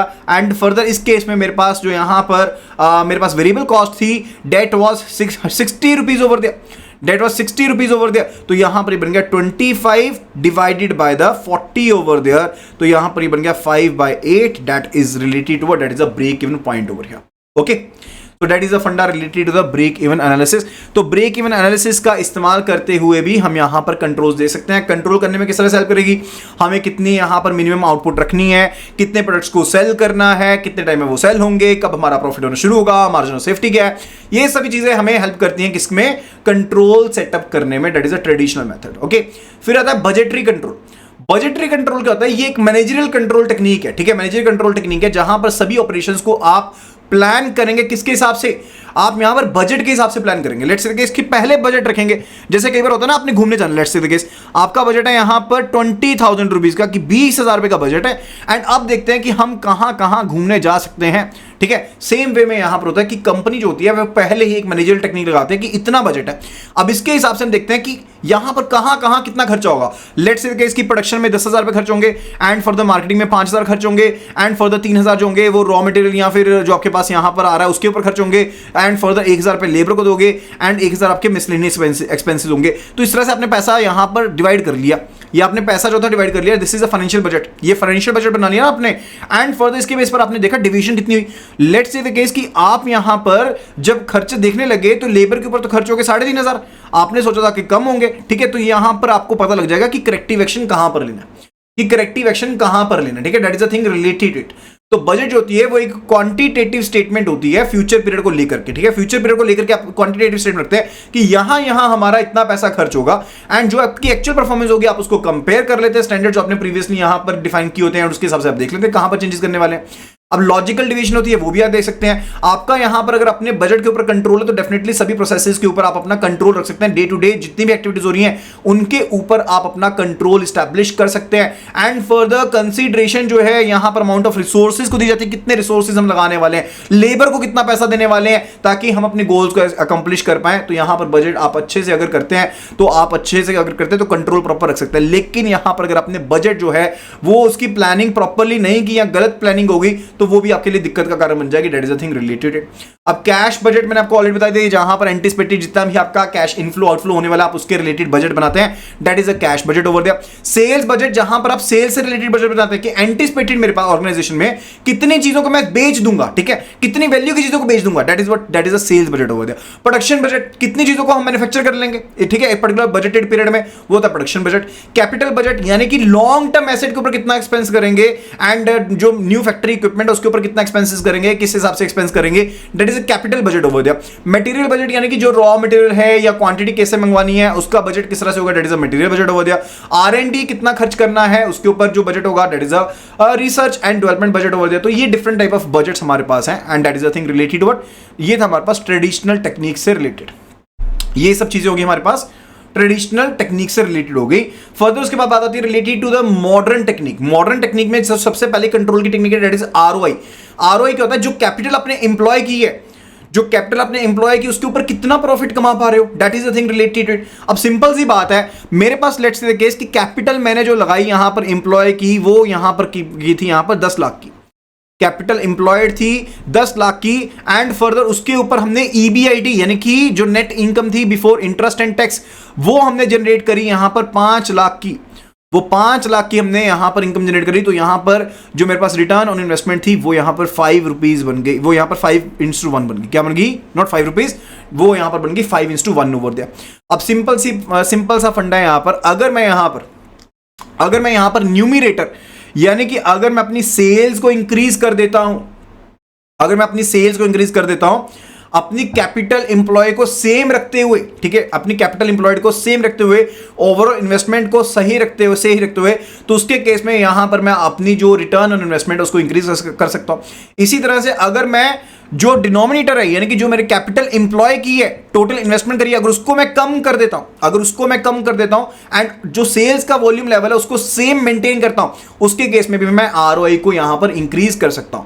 तो ये बेसिकली एक कंट्रोल रहता है जिसके थ्रू आप यहां पर एक मॉडर्न टेक्निक, क्योंकि एक रेशियो है ना जिसमें आपके खर्चे भी शामिल हो गए, एंड फर्दर जिसमें आपके खर्चे मतलब कि जो आप इन्वेस्टमेंट कर रहे हैं वो भी शामिल हो गई, एंड जो चीज आपको आ रही है वो भी शामिल हो गई। तो दोनों चीजों को मिलाकर के आपने एक रिजल्ट शामिल कर लिया बीच में, दोनों के बीच में एक रिजल्ट यानी कि प्रोपोर्शन सेट कर सकते हैं, एंड फर्दर उस प्रोपोर्शन के हिसाब से आप बेस्ट रिजल्ट यहां पर निकाल सकते हैं। अब यहां पर यूजफुल कहां पर रहेगी, जब आपने यहां पर दो डिफरेंट जो यहां पर जो ईराज हैं उनके बीच में यहां पर डिफरेंस या सिमिलैरिटीज को एग्जामिन करना होता है ना, वहां पर जो ROI है वो यहां पर काफी ज्यादा बेनिफिशियल रहती है। एंड फर्दर अगर आपने यहां पर वो एरिया देख रहे हो कि कौन से एरिया का नेगेटिव इंपैक्ट पड़ रहा है यहां पर रिटर्न ऑन इन्वेस्टमेंट के ऊपर, तो भी आप यहां पर इस मेथड का इस्तेमाल कर सकते हो। अगर आपका ROI बेटर है तो उसके केस में ज्यादा इन्वेस्टर्स यहां पर चाहेंगे कि वो आप में इन्वेस्टमेंट करें, क्योंकि उनको होगा कि हम 10 लाख लगाएंगे, बेनिफिट 50 लाख का होगा। ये 5:1 का ये मतलब हो गया ना कि 10 लाख लगाए, आए 50 लाख रुपीज, तो यहां पर जितना ज्यादा आपका ROI होगा उतनी ज्यादा आपकी रेपुटेशन जो होगी वो यहां पर बेटर होगी। तो आप डिफरेंट इवन जो डिपार्टमेंट्स होते हैं उनके बीच में भी कंपैरिजन कर सकते हो अगर आप डिफरेंट डिपार्टमेंट वाइज यहां पर ROI कंसीडर करते हो। Okay, so that is the ROI फंडा ओवर देयर। फर्दर उसके बाद बात आती है financial statement and ratio analysis. अब इतनी तरह की रेशियो एनालिसिस होती है, जैसे कि प्रॉफिटेबिलिटी रेशियो, जैसे नेट प्रॉफिट रेशियो होगी, ग्रॉस प्रॉफिट रेशियो होगी। अब यहां पर हम देख सकते हैं कि हमारे पास नेट प्रॉफिट सेल्स के ऊपर कितना हो रहा है, या फिर ग्रॉस प्रॉफिट सेल्स के ऊपर कितना हो रहा है, ठीक है, या फिर कैपिटल एम्प्लॉय जो की है उसके ऊपर हमारे को कितना प्रॉफिट हो रहा है, ठीक है। तो ये पर्टिकुलरली ROCE जैसे रिटर्न ऑन कैपिटल एम्प्लॉयड या रिटर्न ऑन इन्वेस्टमेंट, ये चीजें हमें क्या करती हैं, ये चीजें हमें हेल्प आउट करती हैं किस चीज को जानने में, ये चीजें हमें हेल्प आउट करती हैं इस चीज को जानने में कि कितना पैसा हमारा लगा था, क्या प्रॉफिट हमें आया, तो उसके थ्रू हम यहां पर एक आइडिया रख सकते हैं कि हम किस चीज को कंट्रोल करेंगे। इसी तरह से हमारे पास लिक्विडिटी रेशियोज होती हैं, जैसे कि करंट रेशियो हो गई, क्विक एसिड रेशियो हो गई, टेस्ट रेशियो हो गई, ठीक है। तो वो पर्टिकुलरली क्या है कि हमारी कंपनी की लिक्विडिटी कितनी है, हमारी कंपनी के पास कितनी लिक्विडिटी है, यानी कि शॉर्ट टर्म सॉल्वेंसी को अगर हमने चेक करना हो तो बिजनेस जो है अपनी ऑब्लिगेशंस को पे ऑफ कर पाएगा कि नहीं पाएगा, उसके बारे में होती है। सॉल्वेंसी रेशियो की बात करें तो यहां पर लॉन्ग टर्म यहां पर सॉल्वेंसी की बात की जाती है, that is actually related with turnover ratios होती है, वो यहां पर बनाती है आपकी एफिशिएंसी के बारे में, किसकी एफिशिएंसी, ऑपरेशंस एंड एक्टिविटीज की एफिशिएंसी के बारे में, कि जो भी आपके रिसोर्सेज है क्या आप उनको इफेक्टिवली यूटिलाइज कर पा रहे हो या फिर उनको इफेक्टिवली आप यूटिलाइज नहीं कर पा रहे हो। अगर आपकी टर्नओवर जो है रेशियो ज्यादा है, लेट्स से देखिए कि आपके पास जो आपकी डेब्टर टर्नओवर रेशियो है, या फर्दर आपके पास जो आपकी इन्वेंट्री टर्नओवर रेशियो है, अगर आपकी इन्वेंट्री टर्नओवर रेशियो ज्यादा है उसके केस में वो उतनी बेटर है। तो इन रेशियोज के थ्रू हम एक आइडिया ले सकते हैं कि कौन सी चीज को फैक्टर को ज्यादा करना है, कौन सी फैक्टर को कम करना है, एंड फर्दर जिस फैक्टर को हमने ज्यादा या कम करना होगा उसके हिसाब से हम प्रॉपर्ली कंट्रोल बना सकते हैं। That is a financial statement analysis over there, and further it's related to the responsibility accounting over there. Responsibility accounting का मतलब क्या होता है कि आप यहां पर पर्टिकुलरली क्या करते हैं, एक कंसिडरेशन देते हैं किस चीज को, जो यहां पर एक पर्टिकुलर डिपार्टमेंट को, एक पर्टिकुलर चीज को कंसिडरेशन देते हैं, एंड उसके हिसाब से हम यहां पर देखते हैं कि ये यहां पर चीज सही से काम कर रही है कि नहीं कर रही है। लेट्स से इसकी हम रेवेन्यू सेंटर की बात करते हैं, ठीक है, रेवेन्यू सेंटर की बात करते हैं, तो रेवेन्यू सेंटर में पर्टिकुलरली ये देखते हैं कि रेवेन्यू सेंटर जो होता है वो प्राइमरी रिस्पॉन्सिबल होता है कि इनकम कहां से जनरेट होगी, रेवेन्यू कहां से जनरेट होगी। अब हम मेन ध्यान वहीं पर कंसिडर करते हैं कि क्या कंट्रोल लगाएं कि यहां पर हम रेवेन्यू जनरेट कर लें, ठीक है, वो इसके बारे में देख लें। तो दैट इज रेवेन्यू यहां पर सेंटर ओवर, जैसे कि मार्केटिंग डिपार्टमेंट है वो रेवेन्यू जनरेट करता है। अब मार्केटिंग डिपार्टमेंट को क्या दिक्कत आ रही थी, प्रोडक्ट में दिक्कत आ रही थी, प्रोडक्ट में कमी थी, पेशी थी, तो ऑटोमेटिकली हर जगह पर कंट्रोल लग जाएंगे, ठीक है। इसी तरह से कॉस्ट सेंटर होता है, कॉस्ट सेंटर यहां पर जहां पर मैनेजर जो होते हैं वो उन्होंने एक्सपेंसेस करने होते हैं, कॉस्ट यहां पर रखने होते हैं, लेकिन वो यहां पर रेवेन्यू से रिलेटेड नहीं होते। तो अगर आप ओवरऑल कॉस्ट को कम कर देते हो तो भी तो आपका बेनिफिट ही है ना, यानी कि सेल्स के लेवल मेंटेन सेम कर लिए, लेकिन यहां पर कॉस्ट को ओवरऑल कम करते जा रहे हो, तो वो भी इस तरह से आप यहां पर अपनी जो आउटपुट होती है उसको कंट्रोल कर सकते हो, ठीक है। Further it's related to profit centre, profit centre के केस में रेवेन्यू के साथ भी डील किया जाता है एंड यहां पर कॉस्ट के साथ भी डील किया जाता है, एंड मैनेजर दोनों के लिए, मैनेजर जो होता है वो दोनों के लिए रिस्पांसिबल होता है। And further it's related to investment centre, investment centre जो होता है वो सिर्फ और सिर्फ प्रॉफिट्स के लिए रिस्पांसिबल नहीं होता, लेकिन जो भी एसेट्स में इन्वेस्टमेंट की जाती है उसके लिए भी रिस्पांसिबल होता है, ठीक है। तो इस तरह के 4 सेंटर ये डिफाइन किए गए, कौन कौन से, एक हमारे पास है रेवेन्यू सेंटर, देन है कॉस्ट सेंटर, देन है प्रॉफिट सेंटर, देन है इन्वेस्टमेंट सेंटर।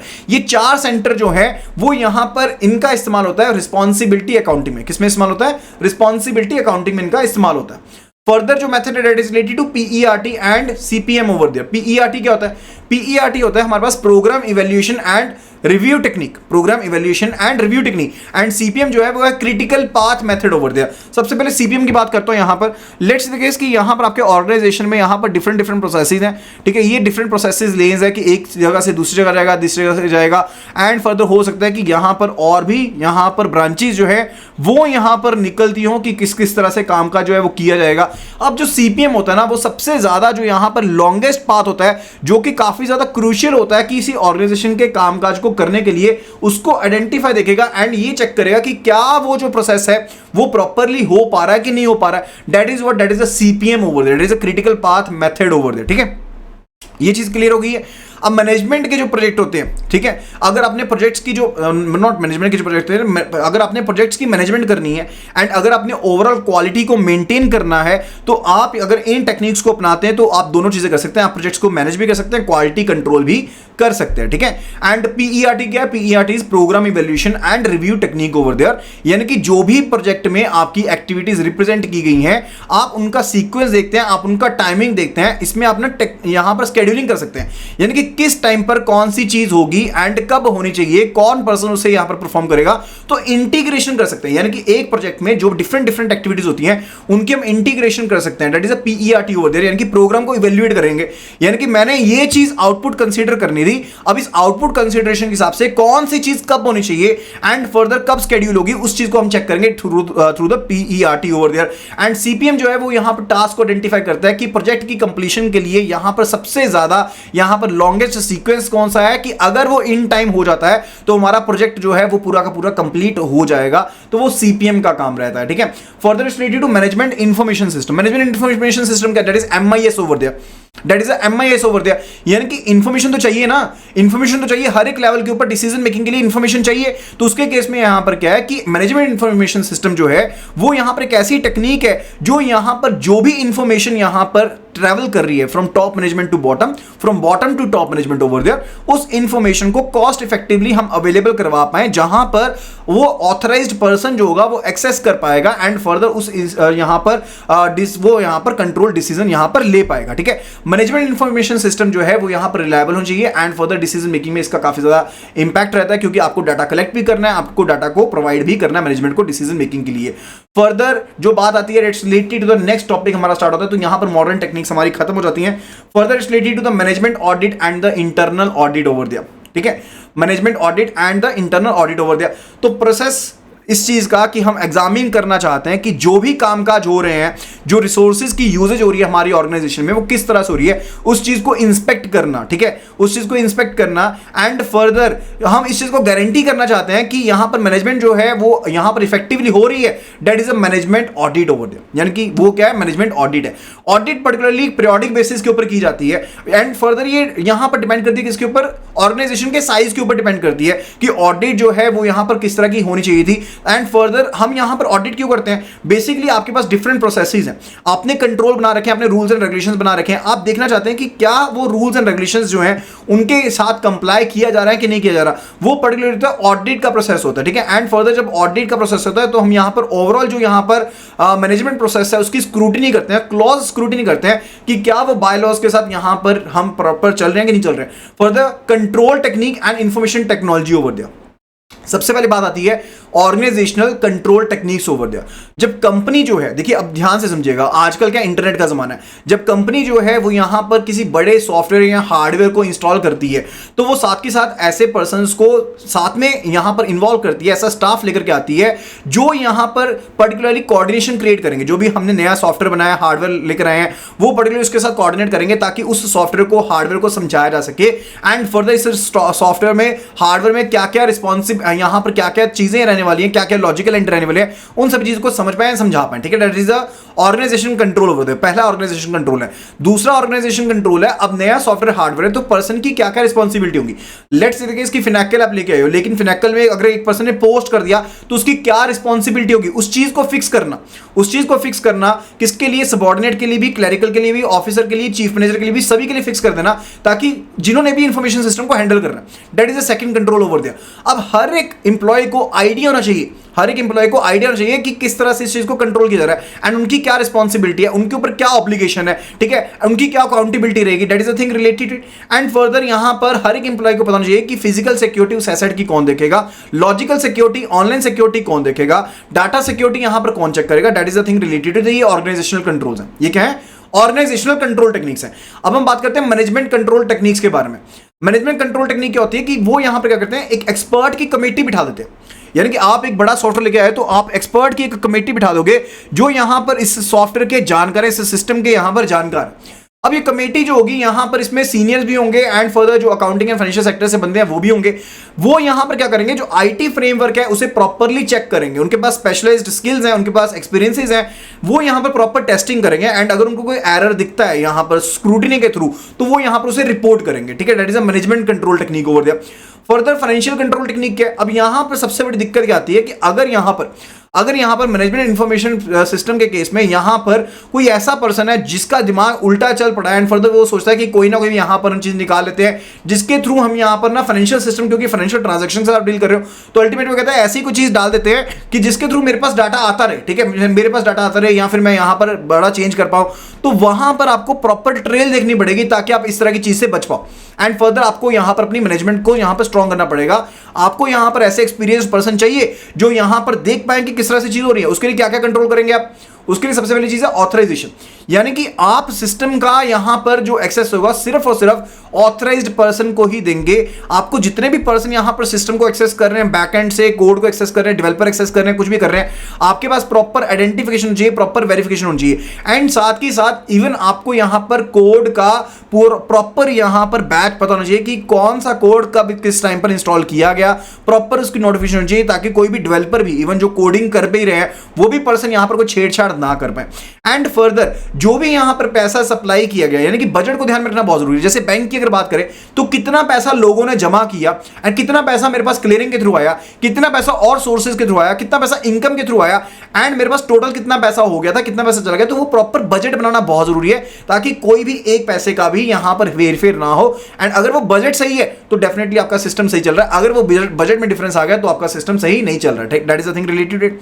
फर्दर डॉक्यूमेंट की कैंसिलेशन के बारे में, अब ये भी चीज हो सकती है कि जो यहां पर डॉक्यूमेंट यहां पर इन्वॉल्व थे, आप अपलोड कर रहे थे, इनवॉइस इन्वॉल्व थी, उसका रीयूज ना कर ले।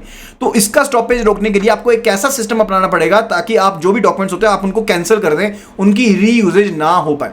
Then further dual control system होना चाहिए, यानी कि मेकर चेकर सिस्टम जैसे होता है वैसा होना चाहिए कि एक पर्सन क्रिएट करेगा, दूसरा पर्सन यहां पर पास करेगा।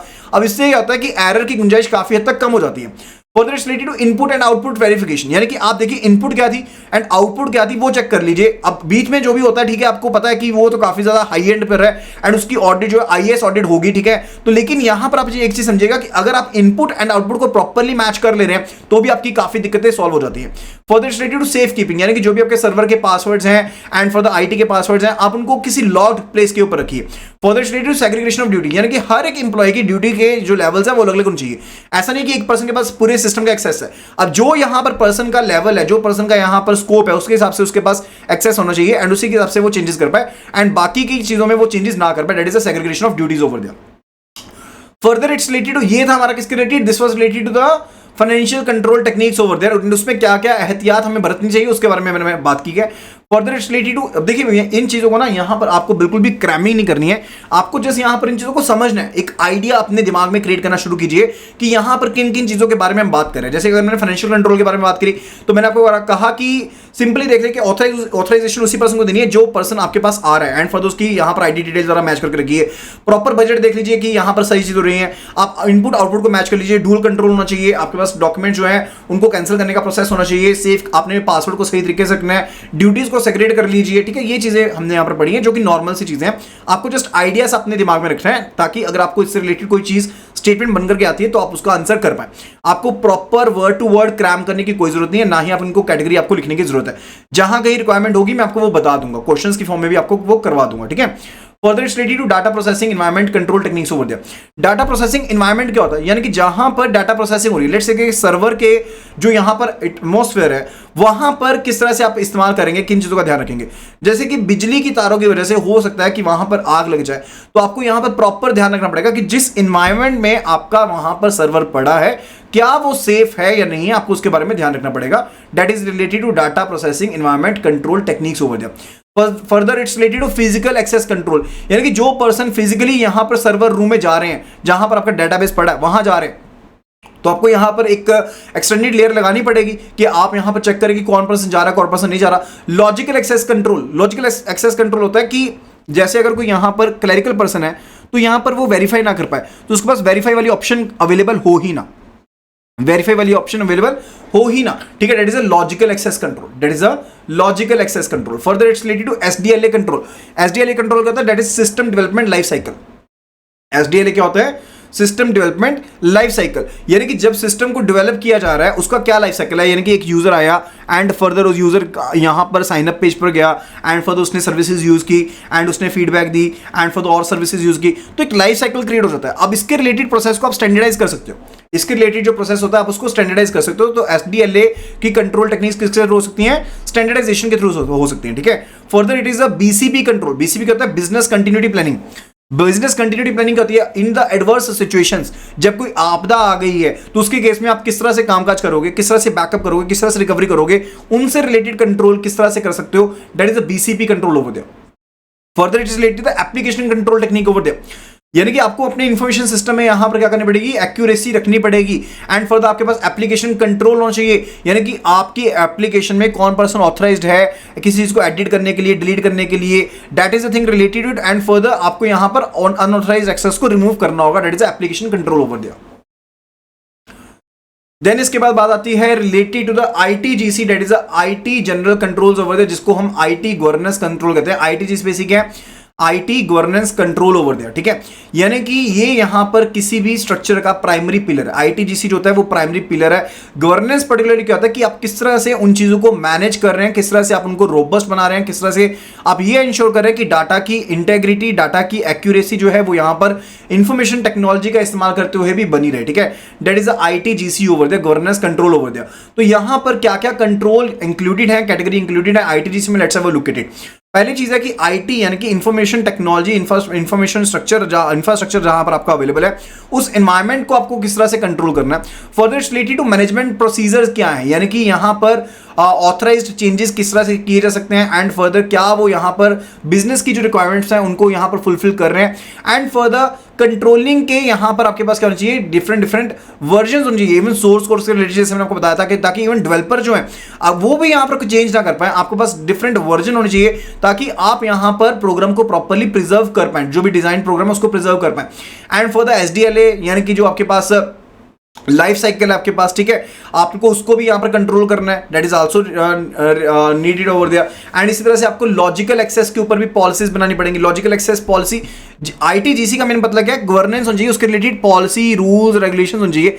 तो जो कंट्रोल हमने वही ऊपर पढ़े ना, उनसे रिलेटेड आपको यहां पर पॉलिसीज कंट्रोल वगैरह बनानी है ताकि उनको हम लीगल मैनर में आगे प्रेजेंट कर पाए, ठीक है। तो यहां पर लॉजिकल एक्सेस के रिलेटेड पॉलिसी होनी चाहिए, क्या क्या स्टैंडर्ड्स हैं, क्या क्या प्रोसेसेस रहेंगे उसके related. And for the incident management, यानी कि अगर कोई यहां पर वारदात होती है, कोई दिक्कत आती है किसी तरह का, तो उसके केस में किस तरह से यहां पर उनके साथ डील किया जाएगा, तो वो चीजों के रिलेटेड है। And further policy process related to problem management, यानी कि अगर कोई प्रॉब्लम आती है, कोई एरर आता है, कोई यहां पर दिक्कत आपको यहां पर देखने को मिली है, तो यहां पर उस केस में किस तरह से डील किया जाएगा। And further it's related to technical support, यानी कि अगर यहां पर कोई सिस्टम फेलियर हो जाता है, ठीक है, या फिर किसी यूजर ने कोई ऐसा काम किया जो इफेक्टिव कर रहा है एंड प्रॉब्लम को रिपोर्ट किया, उसके केस में आप किस तरह से डील करेंगे। एंड फर्दर सॉफ्टवेयर की, हार्डवेयर की क्या कॉन्फ़िगरेशन है, इंस्टॉलेशन कब की जाएगी, टेस्टिंग किस तरह से की जाएगी, मैनेजमेंट पॉलिसीज की किस तरह से की जाएगी, या प्रोसीजर्स की जो यहां पर मैनेजमेंट है वो किस तरह से की जाएगी, that is actually related it. Further यहां पर है कि disaster recovery and backup plans किस तरह से रहेंगे, रिकवरी प्रोसीजर्स क्या रहने वाले हैं, आप रिकवरी का प्रोसेस किस तरह से इंप्लीमेंट करेंगे, उसके रिलेटेड क्या रूल्स एंड रेगुलेशंस है। तो ITGC को ब्रॉड वे में समझ लीजिए। ITGC जो है ब्रॉड वे में क्या है कि इंफॉर्मेशन टेक्नोलॉजी से रिलेटेड गवर्नेंस है, एंड गवर्नेंस से रिलेटेड कंट्रोल करने के लिए आपको क्या चाहिए, आपको पॉलिसीज चाहिए, आपको यहां पर रूल्स एंड रेगुलेशन चाहिए। एंड फर्दर वो रूल्स एंड रेगुलेशन जो है वो आपको सभी चीजों के रिलेटेड बनाने पड़ेंगे जो हमने ऊपर अभी पढ़े थे, चाहे वो आपके पास लॉजिकल कंट्रोल है, चाहे वो आपके पास फिजिकल एक्सेस है, चाहे वो आपके पास डिजास्टर मैनेजमेंट है, चाहे आपके पास वो बिजनेस कंटिन्यूटी प्लान है, प्रोसेसिंग है, ठीक है, या फिर आपके पास कोई भी यहां पर कंट्रोल है, ठीक है, उन सभी से रिलेटेड आपको क्या बनाना पड़ेगा, एडवर्स कंडीशंस है, उनसे रिलेटेड आपको यहां पर प्रोसीजर्स, पॉलिसीज जो है वो यहां पर एस्टैब्लिश करनी पड़ेगी। Okay, further it's related to IT application control. अब एप्लीकेशन कंट्रोल होना बहुत ज्यादा जरूरी है कि कौन पर्सन यहां पर एक्सेस कर पाएगा, कौन पर्सन एक्सेस नहीं कर पाएगा, किसके पास क्या अथॉरिटी रहेगी, किसके पास क्या अथॉरिटी नहीं रहेगी, उसके रिलेटेड है। अब ट्रांजैक्शन प्रोसेसिंग कंट्रोल को इनपुट प्रोसेसिंग आउटपुट कंट्रोल भी कहते हैं। क्या कहते हैं, ट्रांजैक्शन प्रोसेसिंग कंट्रोल, यानी कि अगर यहां पर एक ट्रांजैक्शन हुई, यहां पर इनपुट है, यहां पर आउटपुट है, तो अगर मैं ट्रांजैक्शन कंट्रोल है तो ये सिंगल ट्रांजैक्शन है। ओके, एंड यहां पर मैंने इसको यहां पर कंट्रोल देखना, तो उसके केस में क्या है कि यहां पर इनपुट एंड फर्दर आउटपुट जो है वो किस तरह से प्रोसेस हुई थी, इनपुट किस तरह से प्रोसेस हुई कि आउटपुट आई, उसके रिलेटेड कंट्रोल है। अब यहां पर ना सर्बेन्स-ऑक्सली लॉ है, सर्बेन्स-ऑक्सली लॉ था, यहां पर एक एक्ट है जिसके थ्रू यहां पर क्या कहा है कि यहां पर यूएसए में ये चीज बना दी गई है, यूएसए में यहां पर एक चीज कर दी गई है कि जो भी यहां पर कॉर्पोरेशंस है जो कि पब्लिकली ट्रेड कर रही हैं, उनके लिए कह दिया गया कि वो यहां पर ट्रांसपेरेंसी लेकर के आएंगी अपने इंफॉर्मेशन टेक्नोलॉजी सिस्टम के अंदर कि कंट्रोल्स को किस तरह से वो मैनेज कर रही हैं, उसके रिलेटेड उन्होंने यहां पर कह दिया। Okay, that is related under the Sarbanes Oxley law over there. And further अगर आपको IT एप्लीकेशन या प्रोग्राम के ऊपर पर्टिकुलरली कंट्रोल करना है तो आपको उसे ऑटोमेटेड बनाना पड़ेगा, आपको उससे क्या करना पड़ेगा, ऑटोमेटेड बनाना पड़ेगा, ताकि ह्यूमन इंटरफेरेंस जो है वो यहां पर खत्म हो जाए एंड सभी सिस्टम जो है वो ऑटोमेटिकली काम करे, तो आप यहां पर कंट्रोल्स को प्रॉपर्ली इंप्लीमेंट कर सकते हो, ठीक है। अदरवाइज अगर ह्यूमन इंटरवेंशन है तो डेफिनेटली आप फिर उसमें आप कंट्रोल लेकर आना बहुत ज्यादा डिफिकल्ट हो जाएगा, ठीक है। एंड फर्दर अगर आप यहां पर ऑटोमेशन ले आते हो तो आपका डाटा जो है वो यहां पर सही तरीके से प्रोसेस भी होगा, आप डाटा की इंटीग्रिटी को भी मेंटेन कर सकते हो, डाटा की यहां पर एक्यूरेसी को भी मेंटेन कर सकते हो, एंड फर्दर आप इनपुट आउटपुट को मैनेज यहां पर कर सकते हो, ठीक है। एंड फर्दर ये जो कंट्रोल्स होते हैं ये हर एक एप्लीकेशन के लिए डिफरेंट होते हैं, बिकॉज हर एक एप्लीकेशन का एक यूनिक यहां पर क्या होता है, पर्पस होता है, बिजनेस के लिए पर्पस होता है, एंड उसी पर्पस के हिसाब से उस एप्लीकेशन को डिजाइन किया जाता है। अब हर एक एप्लीकेशन में जो कंट्रोल्स होंगे वो भी यहां पर क्या होंगे, डिफरेंट होंगे। तो यहां पर कौन सा एक्ट था जिसके अंदर यहां पर कहा गया कि ट्रांसपेरेंसी लेकर आओगे, तो वो कहा गया था सर्वेलेंस ऑक्सली एक्ट के अंदर कहा गया था कि जो भी यहां पर पब्लिकली ट्रेडेड अमेरिकन कॉर्पोरेशंस हैं उनके लिए इंपॉर्टेंट रहेगा कि वो यहां पर कंट्रोल्स को बताएं कि क्या कंट्रोल्स यहां पर लेकर के आए गए इंफॉर्मेशन टेक्नोलॉजी को लेकर के, ओके। अब यहां पर ये चीज किस तरह की जा सकती है कि अगर हम यहां पर कंप्लीटेडनेस को यहां पर चेक करते हैं, कंट्रोल्स की कंप्लीटेडनेस को चेक करते हैं कि हमारे पास बिगिनिंग प्रोसेस क्या था एंड एंडिंग प्रोसेस क्या था, यानी कि आप इनपुट आउटपुट को चेक करते हैं, तो उसके केस में आप आईटी एप्लीकेशन की कंट्रोल रख सकते हैं, वैलिडिटी चेक रख सकते हैं, यानी कि सिर्फ और सिर्फ वैलिड इनपुट यहां पर प्रोसेस होगी एंड वैलिड आउटपुट आएगी, तो आप इस तरह से वैलिड इनपुट आउटपुट चेक कर सकते हैं, आइडेंटिफिकेशन कर सकते हैं, यानी कि आप ये देख सकते हैं कि कौन से पर्सन को अप्रोप्रिएटली एक्सेस दिया गया था एंड फर्दर उसी पर्सन के द्वारा क्या यहां पर एप्लीकेशन को एक्सेस किया जा रहा है, कोई और पर्सन एप्लीकेशन को एक्सेस तो नहीं कर पा रहा है। एंड हर एक लेवल के ऊपर, हर एक लेयर के ऊपर हम ये चीज को चेक कर सकते हैं, आइडेंटिफिकेशन कर सकते हैं। ऑथेंटिकेशन जो है वो यहां पर बहुत जरूरी है कि यहां पर यूजर की ऑथेंटिकेशन का मेथड क्या है, आप ओटीपी बेस्ड ऑथेंटिकेशन कर रहे हैं, बायोमेट्रिक बेस्ड ऑथेंटिकेशन कर रहे हैं, वो किस तरह से हो रही है। ऑथराइजेशन एंड ऑथेंटिकेशन में फर्क होता है। ऑथेंटिकेशन होता है कि आपने किस पर्सन को अंदर आने दिया, ठीक है, लेकिन ऑथराइजेशन होता है कि आपने उसको क्या क्या कामकाज करने दिए, क्या क्या एक्टिविटीज, क्या क्या प्रोसेसेस करने दिए, that is authorisation over there, ठीक है। यानी कि यहां पर एप्लीकेशन सिस्टम जो होगा वो किसी यहां पर जो यहां पर लेवल है, जो स्कोप है यूजर का, उसके हिसाब से चीज कर पाए, दूसरी चीजें वो यहां पर ना कर पाए। एंड इनपुट कंट्रोल का मतलब होता है कि डाटा इंटीग्रिटी को मेंटेन करने के लिए होता है कि आप इनपुट ऐसे भी कुछ भी अपनी मर्जी से ना दे पाए, आप जो चीजें यहां पर सिर्फ इनपुट हो सकती हैं, सिस्टम वही चीजों को यहां पर एक्सेप्ट करे, बाकी चीजों को एक्सेप्ट ना करे। फोरेंसिक कंट्रोल्स होते हैं जहां पर जो डाटा करेक्शन होती है ना, उसको मैथमेटिकली साइंटिफिकली यहां पर चेक किया जाता है कि वो यहां पर डाटा करेक्शन जो है सही है या नहीं है। एंड फर्दर इसे यहां पर इनपुट लेवल के ऊपर as well as output level के ऊपर, दोनों लेवल्स के ऊपर यहां पर इसे चेक किया जाता है। Further it's related to IT control and CIO and CISO। अब CIO क्या, that is a chief information officer, and CISO क्या है हमारे पास, chief information security officer over there. तो यहां पर ये ऑर्गेनाइजेशन के ऐसे ऑफिसर्स हैं, चीफ ऑफिसर्स हैं, chief information officer and chief information security officer, एक ऐसे ऑफिसर हैं जो कि यहां पर डाटा को लेकर के, इंफॉर्मेशन सिस्टम को लेकर के, उनकी सेफ्टी, एक्यूरेसी एंड डिपेंडेबिलिटी को लेकर के यहां पर क्या होता है, जिम्मेदार होते हैं। चाहे जो फाइनेंशियल डाटा है उसके रिलेटेड जिम्मेदारी किसी होगी, CIO की होगी या CISO की होगी, क्योंकि इन्हीं का काम है प्रॉपर यहां पर चेकिंग करना, प्रॉपर यहां पर टेस्टिंग करना। फाइनेंशियल अकाउंटिंग जो होती है वो यहां पर उन्हें इंटीग्रेट किया जाता है, ठीक है, यानी कि सिस्टम इनिशिएट कैसे हुआ, ऑथराइज कौन थे पर्सन, प्रोसेसिंग किस तरह से हुई, रिपोर्टिंग फाइनेंशियल डाटा की, सब चीजें उसमें होती हैं। And for the CIO and CISO उसके लिए जिम्मेदार होते हैं। Further it's related to internal control framework, it's related to the internal control framework. तो यहां पर ना फ्रेमवर्क है, कौन सा फ्रेमवर्क है इंटरनल कंट्रोल में, that is a COBIT framework, that is a COBIT framework. नाम आपको याद रखना है ये वाला, कॉबिट फ्रेमवर्क। कॉबिट का मतलब है control objectives for information technology, control objectives for information technology, यानी कि यहां पर इंफॉर्मेशन टेक्नोलॉजी को लेकर के हमारे कंट्रोल करने के क्या ऑब्जेक्टिव्स हैं उनसे रिलेटेड है। अब यहां पर कॉबिट फ्रेमवर्क है ना, इसमें ITGC यानी कि गवर्नेंस को, आईटी की गवर्नेंस को लेकर के काफी ज्यादा यहां पर चीजें बताई गई हैं एंड फर्दर रिकमेंडेशंस की गई हैं कि किस तरह से हम यहां पर अप्रोचेस को इस्तेमाल कर सकते हैं। अब जो चीफ इंफॉर्मेशन ऑफिसर होता है, मैंने आपको ऑलरेडी बता दिया कि वो यहां पर अकाउंटेबल रहता है, यहां पर एक्यूरेसी को लेकर के एंड फर्दर डिपेंडेबिलिटी को लेकर के एंड डाटा की यहां पर इंटीग्रिटी को लेकर के, ठीक है। एंड फर्दर CIO ने यहां पर इस चीज को इंश्योर करना होता है कि यहां पर जो इंफॉर्मेशन टेक्नोलॉजी के जो कंट्रोल है उनको इफेक्टिवली इस्तेमाल किया जा रहा है या नहीं किया जा रहा है। सो कॉबिट जो फ्रेमवर्क है उसका इस्तेमाल काफी ज्यादा वाइडली यहां पर किया जाता है, इसकी प्रैक्टिसेस का इस्तेमाल ITGC में काफी हद तक किया जाता है, ताकि हम यहां पर जो भी यहां पर कंट्रोल्स हैं उनको प्रॉपर्ली इंप्लीमेंट कर पाए।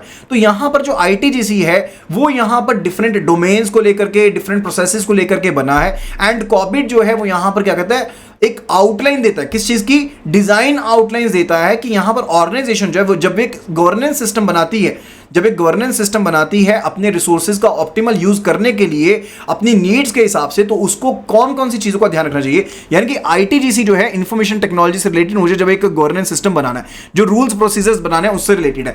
अब यहां पर कॉबिट जो है वो यहां पर एक फॉर्मेट है जो यहां पर आउटलाइन करता है, ठीक है, जो चीजें यहां पर आईटीजीसी में होनी चाहिए उसके रिलेटेड। अब ऑर्गेनाइजेशन जब यहां पर एक गवर्नेंस सिस्टम बनाना चाहती है तो वो यहां पर इनकी आउटलाइंस को गो थ्रू करेगी ताकि वो एक एडिक्वेट आईटीजीसी सिस्टम बना पाए अपने यहां पर नीड्स एंड रेगुलेशंस के हिसाब से, ठीक है, that is the thing related.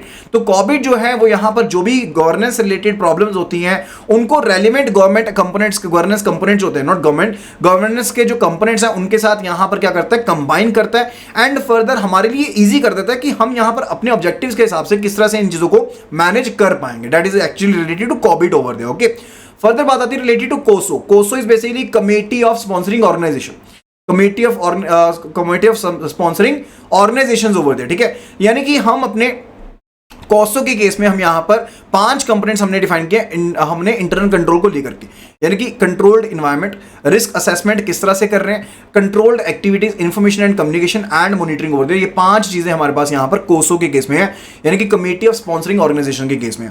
अब कोसो जो पर्टिकुलरली होता है यहां पर कंट्रोल एनवायरनमेंट का होता है कि आपके एनवायरनमेंट जिसमें आपका आईटी काम कर रहा है वो एनवायरनमेंट के केस में आपके क्या क्या कंट्रोल्स हैं। आप यहां पर पूरे के सिस्टम को लेकर के रिस्क को किस तरह से असेस कर रहे हो एंड आपके यहां पर कंट्रोल को लेकर के क्या क्या एक्टिविटीज को परफॉर्म किया जा रहा है। इंफॉर्मेशन जो है वो किस तरह से ट्रैवल कर रही है, कम्युनिकेशन यहां पर जो 2 डिपार्टमेंट हैं, डिफरेंट डिपार्टमेंट्स हैं, डिफरेंट यूजर्स हैं, उनके बीच में किस तरह से हो रही है एंड फर्दर प्रॉपर प्रोसेस को आप किस तरह से मॉनिटर कर रहे हो। ये 5 यहां पर कंपोनेंट है किसके, इंटरनल कंट्रोल के, जो कोसो ने दी है। पहला कंपोनेंट है कंट्रोल एनवायरनमेंट, दूसरा है रिस्क को किस तरह से असेस किया, तीसरा है कंट्रोल एक्टिविटीज क्या है, फोर्थ है यहां पर information and communication related and fifth है हमारे पास मॉनिटरिंग को लेकर के। ये कोसो के 5 कंपोनेंट है, इसको आपने याद रखना है, इसके रिलेटेड क्वेश्चन बन सकता है, ठीक है। एंड कोसो का मतलब है committee of sponsoring organisations over दिया। Further it's related to Corbett जो है वो यहां पर आपके पास गवर्नेंस से रिलेटेड गाइडलाइंस को आउटलाइन करता है, डिजाइन आपको बताता है एंड कॉबिट के 4 मेजर डोमेन्स हैं related to planning and organising, यानी कि आप प्लानिंग किस तरह से करोगे, ऑर्गेनाइजिंग किस तरह से करोगे एंड ऑर्गेनाइजिंग से अगली चीज शुरू होती है दैट इज एक्वायरिंग, ठीक है। यानी कि ऑर्गेनाइजिंग, जब हमने प्लानिंग यहां पर पूरा का पूरा सिस्टम पढ़ा था, हमने क्या पढ़ा था कि सबसे पहले प्लानिंग होगी, फिर ऑर्गेनाइजिंग होगी, फिर उसके बाद स्टाफिंग होगी, फिर डायरेक्टिंग होगी एंड फिर कंट्रोलिंग होगी। ये चीज पढ़ी थी ना हमने। तो यहां पर इसी चीज को लेकर चलिए कि सबसे पहले प्लानिंग करी एंड प्लानिंग के साथ आपने क्या किया, यहां पर ऑर्गेनाइजिंग करी, ठीक है। दूसरी चीज होगी कि ऑर्गेनाइजिंग में हम क्या करते थे, प्रोक्योर करते थे, यानी कि जो भी हमारे पास चीजें चाहिए थी उनको एक्वायर करते थे, ठीक है। तो यहां पर एक्वायरिंग होगी एंड एक्वायरिंग के बाद हम उसको इंप्लीमेंट करना स्टार्ट करते थे, उसको एक्शन करना शुरू करते थे एंड जो भी चीजें डिलीवर की गई उसके बाद, ठीक है, यानी कि जो डिलीवरेबल्स थे वो हो गए एंड फर्दर उसके रिलेटेड सपोर्ट सिस्टम क्या अवेलेबल था वो हो गया एंड फर्दर हम अब मॉनिटर करेंगे कि चीजें जो है वो किस तरह से चल रही थी, सही चल रही थी, नहीं चल रही थी, प्लानिंग के हिसाब से चल रही थी, नहीं चल रही थी एंड फर्दर उसके बाद हम बात करेंगे रिलेटेड टू कि इनको इवेल्युएट करेंगे, जो कि हमने यहां पर कंट्रोल के केस में किया था। तो ये फंडा यहां पर कोविड के केस में भी इस्तेमाल किया जाता है एंड इसको हम यहां पर ध्यान में रखेंगे। कोविड के रिलेटेड जो फुल फॉर्म है उसको बिल्कुल भी नहीं भूलना, उसको ध्यान में रखेंगे। कोविड जो है that is related to control objectives for information technology. तो ये फ्रेमवर्क काफी ज्यादा इंपॉर्टेंट है आईटी गवर्नेंस को लेकर के। ओके, सो आई होप कि आपको वीडियो पसंद आई होगी एंड आपने वीडियो को एंजॉय भी किया होगा और साथ के साथ जो इंपॉर्टेंट कंसेप्ट्स हैं ABFM के वो भी लर्न किए होंगे। तो वीडियो को जल्दी से लाइक कर देना और शेयर कर देना अपने फ्रेंड्स के साथ, कलीग्स के साथ जो भी JRB CRB की तैयारी कर रहे हैं। और साथ के साथ अगर आपने अभी तक चैनल को सब्सक्राइब नहीं किया है, जल्दी से चैनल को सब्सक्राइब कर लें, press the bell notification icon so that you get updated whenever we upload the new videos. और एज आई टोल्ड यू कि कंप्लीट जो कोर्स है वो अवेलेबल है CIRB का हमारी वेबसाइट पर, विच इज़ iibf.info/CIRB। उसको विजिट कर लो and start preparing for the same. उसमें आपको full course videos, case study videos, chapter previous questions, mock test, mega mock test और कॉम्प्लीमेंट्री एक्सेस मिल जाता है EPDF नोट्स का। That's more than sufficient for clearing the CIRB exam. और अगर आपका क्वेश्चन है कि क्या इतने लिमिटेड टाइम में CIRB की तैयारी हो सकती है, तो येस, बिल्कुल हो सकती है। आप सिलेबस प्रायोरिटी को गो थ्रू कर लो, that will be making it possible so as to clear the exam in the very limited span of time. Thank you so much and see you again tomorrow in the next video.